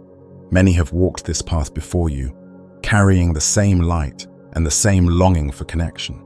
Because intelligence is not just a solitary flame. It is also a beacon calling others home, a bridge across the rocky seas, and a vital part of the human story. Imagine waking each morning with a sense of protection surrounding you, a shield not made of armor, but of quiet strength and intention. This shield does not block the world out, but creates a sacred space within where you can move freely, safely, and with confidence. This is the power of defending yourself from spiritual attacks, an ancient practice rooted in mindfulness, prayer, and awareness. Spiritual attacks may not always be visible or dramatic. Often, they come as subtle shifts in energy, moments of doubt, unexpected fear, or waves of negativity that wash over your mind and heart without clear cause. These attacks can arise from external sources, other people's energies, chaotic environments, or unseen influences, or from within, triggered by unresolved fears, anxieties, or past wounds. To defend yourself is to cultivate a state of inner vigilance, not paranoia, but a calm alertness that recognizes harmful influences before they take hold. It is a practice of strengthening your spirit, grounding your energy, and nurturing a connection to your deepest self and to the divine. One of the most powerful ways to build this defense is through prayer and intention. By setting clear, loving intentions each morning, you align yourself with positive forces and create boundaries that protect your energy. Prayer becomes a shield, a sacred mantra repeated silently or aloud, calling upon higher powers for guidance and protection. Visualization is another tool in this practice. Imagine a brilliant light surrounding you, a bubble of radiant energy that filters out negativity and invites peace. Feel this light pulsate with warmth and strength, expanding with every breath, creating a fortress that no harm can penetrate. Visualizing this protective aura helps reinforce your resilience and calm the mind. Mindfulness anchors you in the present moment, preventing your thoughts from wandering into fear or speculation. By focusing on your breath, your body, and the sensations around you, you create a grounded awareness that makes it harder for negative influences to take root. The present moment becomes a sanctuary where peace flourishes. Regular cleansing rituals can also support your defense. These may include spiritual practices such as smudging with sage, bathing with herbs, or simply imagining a purifying light washing over you, clearing away stagnation and heaviness. Cleansing renews your spirit and restores balance, making you less vulnerable to attack. Building strong personal boundaries in relationships and environments is equally important. Protecting your energy means choosing what and who you allow into your inner world. It involves saying no when necessary, distancing yourself from toxic influences, and cultivating relationships that nourish your spirit. Remember that defending yourself spiritually is not about fear or avoidance. It is about empowerment and love. It is a reminder that you are a sacred being, worthy of respect and care. This defense is a dynamic process, growing stronger with daily practice and intention. Tonight, as you prepare to greet the morning, set an intention to protect your spirit. Visualize your shield of light growing brighter, your heart steady and open, your mind calm and clear. Know that you carry within you a power that no darkness can overcome. Because the most profound defense comes from within, a quiet strength born of faith, presence, and love, ready to guide you through whatever the day may bring. There is a profound longing in the human heart to feel supported, guided, and cared for, especially during times of struggle. When life's challenges weigh heavily, it is natural to seek a source of strength beyond ourselves, a gentle hand to steady us when our footing falters. This is where the heartfelt prayer, Ya Rahman, help me overcome my struggles, becomes a powerful invocation, reaching out to the boundless mercy and compassion of the divine. Ya Rahman means, O most merciful, a name of God that reflects infinite kindness, tenderness, and understanding. Calling upon this name is not just a request for help, it is an act of trust, a surrender to a love that is greater than any hardship we face. It acknowledges that while our own strength may falter, there is a wellspring of mercy ready to pour forth and carry us through the darkest times. When you whisper this prayer, you open a sacred space within your heart. It is a space where pain can be released, fears can be softened, and hope can take root. The very act of speaking these words invites a shift, a movement from feeling overwhelmed to feeling embraced, from isolation to connection. Struggles come in many forms: loss, illness, disappointment, fear, or internal battles with doubt and despair. Each struggle is unique, yet they all share one thing in common. They test our resilience. In those moments when the weight feels unbearable, Ya Rahman is a gentle reminder that mercy surrounds us, even when we cannot see it clearly. The beauty of this prayer lies in its simplicity and depth. It does not demand immediate solutions or instant relief. Instead, it offers a steady presence, a divine compassion that meets us exactly where we are, without judgment or conditions. It is an invitation to lean into mercy, to allow ourselves to be held, to trust that healing and guidance will come in their own time. Reciting Ya Rahman, help me overcome my struggles each morning, sets a tone for the day. It becomes a source of courage and calm, a spiritual anchor amid life's storms. With this prayer, you carry a light in your heart, a beacon of hope and grace that can never be extinguished. Beyond words, this prayer connects you to a vast tradition of seekers who have faced hardship and found solace in divine mercy. It links your personal journey to a collective history of faith, resilience, and healing. You are part of a continuum, a thread woven into the tapestry of compassion that stretches across time and space. As you speak this prayer, allow yourself to feel the presence of mercy as a living force. Imagine it as a warm embrace, a soft rain nourishing parched earth, a gentle wind clearing away clouds. Let it fill every corner of your being, washing away doubt and fear, refreshing your spirit. Know that struggle is not a sign of weakness but a path to growth. Mercy does not erase struggle, it transforms it. It teaches patience, deepens faith, and reveals strengths you may not have known you possessed.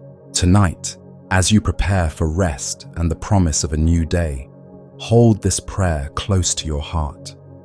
Whisper it softly, repeat it with intention, and feel the mercy of Ya Rahman flowing through you, steady, boundless, and true. Because in the embrace of divine mercy, no struggle is faced alone, and every hardship becomes a step toward peace. There are moments in life when the weight of our struggles feels overwhelming, when the path ahead seems shrouded in darkness, and our hearts grow weary with uncertainty. In these times, turning to a heartfelt prayer can become a source of profound comfort and strength. The invocation, O Allah, shower me with your mercy, is a tender plea that reaches out beyond our limited capacity, seeking the boundless compassion and grace of the divine to envelop us and carry us through our trials. Mercy, in the spiritual sense, is more than forgiveness or kindness. It is a transformative force that heals wounds, lifts burdens, and renews hope. When you call upon Allah's mercy, you are inviting a presence that is gentle yet powerful, capable of turning despair into light and difficulty into growth. This mercy is not distant or indifferent. It is intimate and immediate, flowing directly into the heart that opens to receive it. To pray for mercy is to acknowledge human vulnerability and to embrace reliance on something greater than oneself. It is a recognition that, no matter how much we strive or struggle, we all need divine support to navigate the complexities of life. This act of surrender is not defeat, but a courageous step toward healing and renewal. In moments of hardship, mercy offers a refuge, a safe haven where pain can be held tenderly rather than rejected or buried. It allows us to face our challenges with patience, knowing that we are not alone and that relief will come in its perfect time. The mercy of Allah is like a soft rain that nurtures the soul, gently washing away the dust of fear, doubt, and sorrow. Repeating this prayer daily, especially at the start of a new day, helps cultivate a mindset of openness and trust. It reminds you that every struggle has meaning and that mercy is always available as a source of strength and guidance. This regular practice builds resilience, allowing you to meet life's difficulties with calmness and faith. Beyond personal solace, the prayer connects you to a rich spiritual tradition that honors mercy as a fundamental attribute of the divine. It ties your journey to countless others who have sought and found comfort in this divine quality, weaving your story into a tapestry of shared human experience and hope. As you speak or silently reflect on this prayer, visualize mercy as a warm, enveloping light, a radiant glow that reaches into every corner of your being, soothing fears, healing wounds, and filling you with peace. Let this light expand outward, touching your thoughts, emotions, and actions, inspiring compassion and kindness in your life. Remember, mercy is both gift and practice. It flows into you and flows through you, guiding your interactions with yourself and others. By embracing divine mercy, you become a channel for its healing power in the world around you. Tonight, as you prepare to rest, carry this prayer gently in your heart.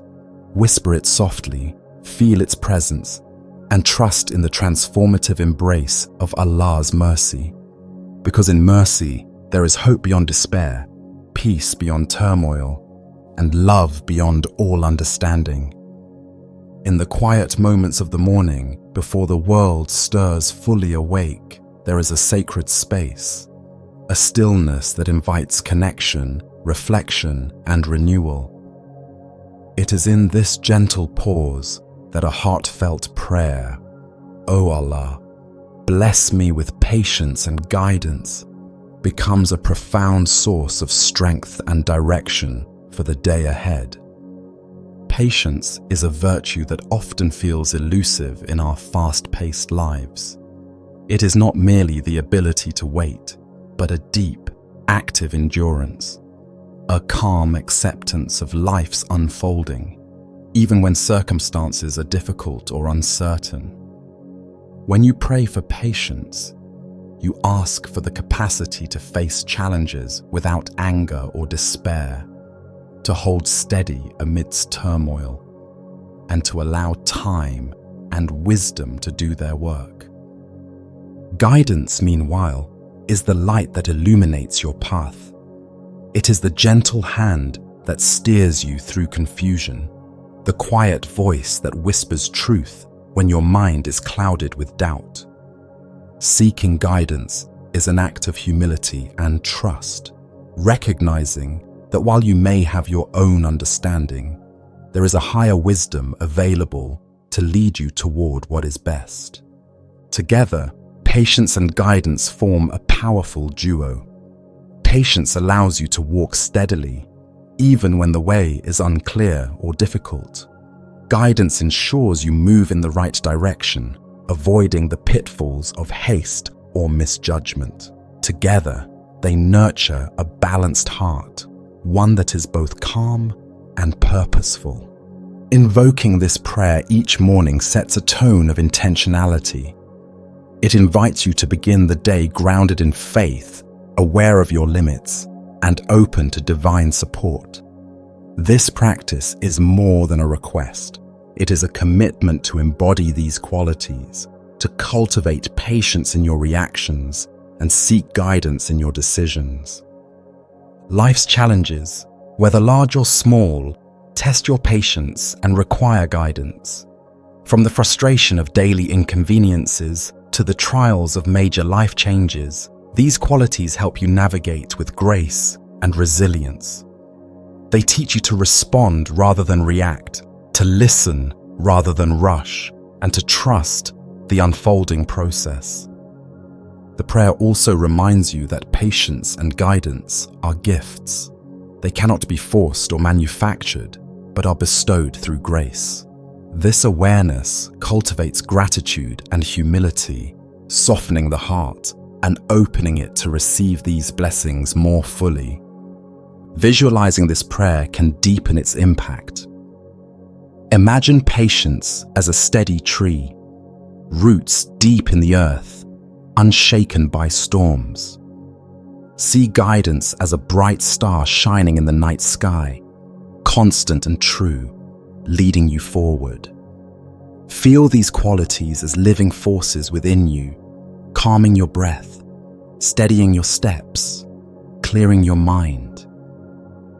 Beyond personal growth, patience and guidance foster compassion.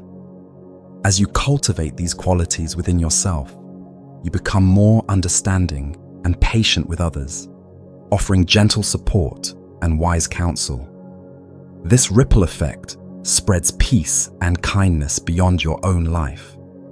Tonight, as you prepare to rest and look toward the new day, hold this prayer close. Whisper it softly or meditate upon it.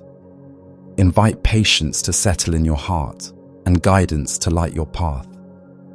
Because with patience, you find strength to endure, and with guidance, you find the wisdom to thrive. Together, they lead you toward peace and purpose. There is a profound beauty in beginning each day with a heart full of intention and connection to the divine.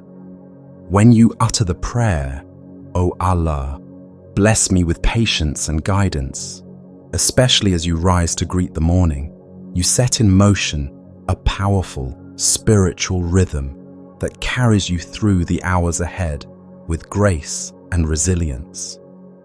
Patience is often misunderstood as mere waiting, a passive endurance of hardship or delay. But true patience is much deeper. It is an active, conscious acceptance of life's flow.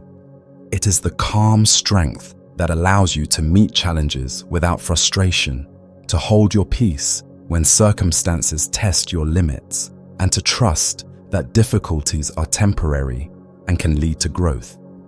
This kind of patience transforms suffering into a teacher, hardship into a pathway, and waiting into preparation. Guidance, on the other hand, is the luminous thread that weaves through the tapestry of your day, illuminating choices and clarifying your path. It is the gentle hand that steadies your steps when the way seems unclear, the inner compass that points you toward what is good, right, and just. Seeking guidance from Allah is an expression of humility, an acknowledgement that, no matter how much you plan or strive, there is a higher wisdom that knows the best course for your life. Together, patience and guidance form a harmonious balance. Patience teaches you to endure and persist. Guidance ensures your endurance is purposeful and aligned with your true path. This balance keeps you centered, preventing despair during trials and rashness in moments of pressure. Starting your day with this prayer is more than a routine. It is an opening of the soul to divine mercy and direction. It invites you to carry a quiet assurance that you are supported beyond your own efforts, that every struggle has meaning and every step is watched over. This assurance fosters courage and clarity, helping you face uncertainties with a steady heart. Life inevitably presents moments that challenge your patience and demand discernment. Conflicts, delays, unexpected changes, or complex decisions. In these moments, recalling this prayer can ground you, reminding you to breathe deeply, to pause, and to seek both inner calm and divine insight. It encourages a mindful presence that navigates difficulty without being overwhelmed. This prayer also nurtures compassion, both for yourself and for others. Patience softens harsh judgments and irritations, opening space for understanding and forgiveness. Guidance helps you respond wisely to the needs and feelings of those around you, fostering harmony and kindness. Visualizing this prayer's meaning can deepen its power. Imagine patience as a vast, steady mountain, unmoved by the storms of life, rooted deeply in faith. See guidance as a radiant star, shining clearly in the night sky, leading travelers safely home. Feel these qualities filling your heart, calming your mind, and energizing your spirit. As the day unfolds, carry this prayer in your awareness. Let patience temper your reactions and guidance shape your choices. When faced with difficulty, return to it as a source of strength and light. Tonight, as you prepare to rest and reflect on your day, renew this prayer within your heart. Let it be a gentle echo that prepares you for tomorrow's journey. Because with patience and guidance, every day becomes a step toward peace, purpose, and fulfillment, and every challenge an opportunity for growth and grace. There are moments in life when the deepest questions arise, questions about meaning, purpose, and the very essence of existence. In these moments, we often turn to the wisdom of those who have walked the path before us, seeking clarity and insight to illuminate our own journey. One such figure is Leo Tolstoy, the great philosopher and writer whose exploration of life's meaning resonates across generations and cultures.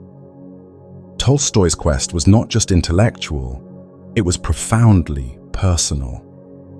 Despite his success and acclaim, he grappled with a profound sense of emptiness and despair. He asked himself, "What is the purpose of life?" and found that many of the answers offered by society, wealth, status, pleasure, felt hollow and unsatisfying. This existential questioning became a cornerstone of his thought and writing. Tolstoy's exploration led him to a deeper understanding that true meaning is found not in external achievements or possessions, but in the inner life and in the relationships we nurture. He believed that the purpose of life is to seek goodness, to live with compassion, and to strive for spiritual harmony. This perspective invites us to look beyond the surface and to connect with what is eternal and unchanging within ourselves. One of Tolstoy's most powerful insights is that meaning is not a fixed destination, but a continuous process. It is found in the small, everyday acts of kindness, the moments of sincerity, the struggle to live honestly and fully. Meaning arises in our capacity to love, to forgive, and to grow despite life's challenges. Tolstoy also emphasized the importance of self-awareness and humility. Recognizing our limitations and embracing our vulnerabilities allows us to live authentically. He saw suffering not merely as a burden, but as a teacher that can lead to greater understanding and compassion. His writings encourage us to seek meaning through simplicity and connection, to find joy in the natural world, in human relationships, and in the pursuit of truth. This path requires courage to confront uncomfortable questions and to live according to principles rather than convenience. The quest for meaning, as Tolstoy reveals, is deeply personal yet universal. It calls us to engage with life fully, to embrace both its beauty and its pain, and to contribute to the well-being of others. It reminds us that while the external world may be chaotic and uncertain, we can cultivate a sense of purpose that anchors us firmly in the present moment. Tonight, as you reflect on your own journey, consider Tolstoy's invitation to seek meaning not in grand achievements, but in the quiet integrity of your daily life. Allow yourself to explore what brings your heart peace and fulfillment. Embrace the process of living thoughtfully, compassionately, and with intention. Because life's deepest meaning is not found in answers alone, but in the journey of becoming. In every step taken with awareness, love, and courage. Power and influence have long been objects of desire and caution in human history. Niccolò Machiavelli, the Renaissance political philosopher, understood this dynamic deeply. His writings, particularly in The Prince, reveal a pragmatic and sometimes unsettling portrait of how power operates, especially in the hands of those who seek to govern or lead.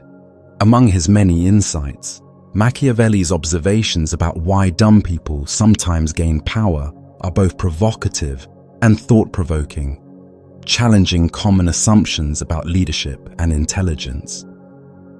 At first glance, it may seem counterintuitive that individuals lacking in intelligence or wisdom could ascend to positions of authority. Yet, Machiavelli recognized that power is not always granted to the most thoughtful or capable. Instead, it often goes to those who are cunning, ruthless, or adept at manipulating appearances. In his time, and often today, charisma, ambition, and the ability to appeal to popular desires or fears can outweigh genuine competence. Machiavelli pointed out that simplicity and directness can be powerful tools in leadership. People are sometimes drawn to leaders who speak plainly and confidently, even if their understanding is limited. Complex ideas or nuanced reasoning may alienate or confuse the masses, while straightforward messages resonate. This dynamic can allow less intelligent individuals to gain influence by appealing to emotion rather than intellect.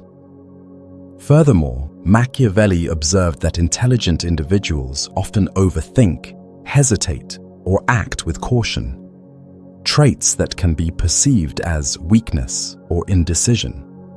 In contrast, those who act decisively, even impulsively, can project strength and command obedience. The willingness to take bold, sometimes harsh actions, without being burdened by moral scruples or doubt, can propel individuals into power swiftly. However, Machiavelli did not endorse ignorance or foolishness. Rather, he warned of the dangers when power falls into the wrong hands. He emphasized the need for leaders to balance cruelty and kindness, fear and love, calculation and charisma. His realism exposes the uncomfortable truth that intelligence alone is not sufficient for leadership, and that political savvy often trumps wisdom.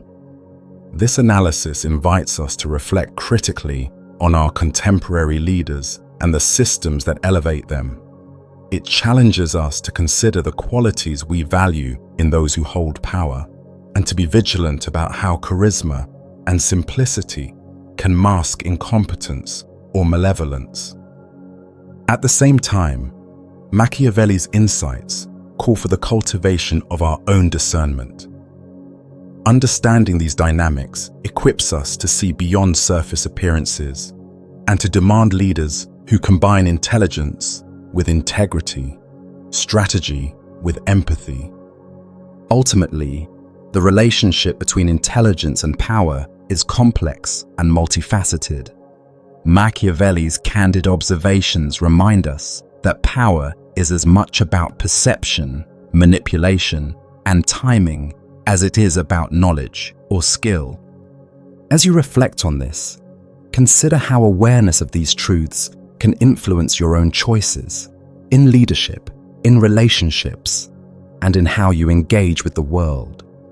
Thank you for joining me on this journey through the intricate landscapes of thought, spirit, and human nature. Remember, understanding ourselves and the forces around us is a lifelong path, one that calls for patience, courage, and an open heart.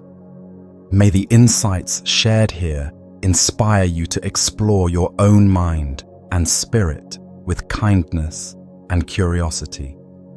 Until next time, take care and be well.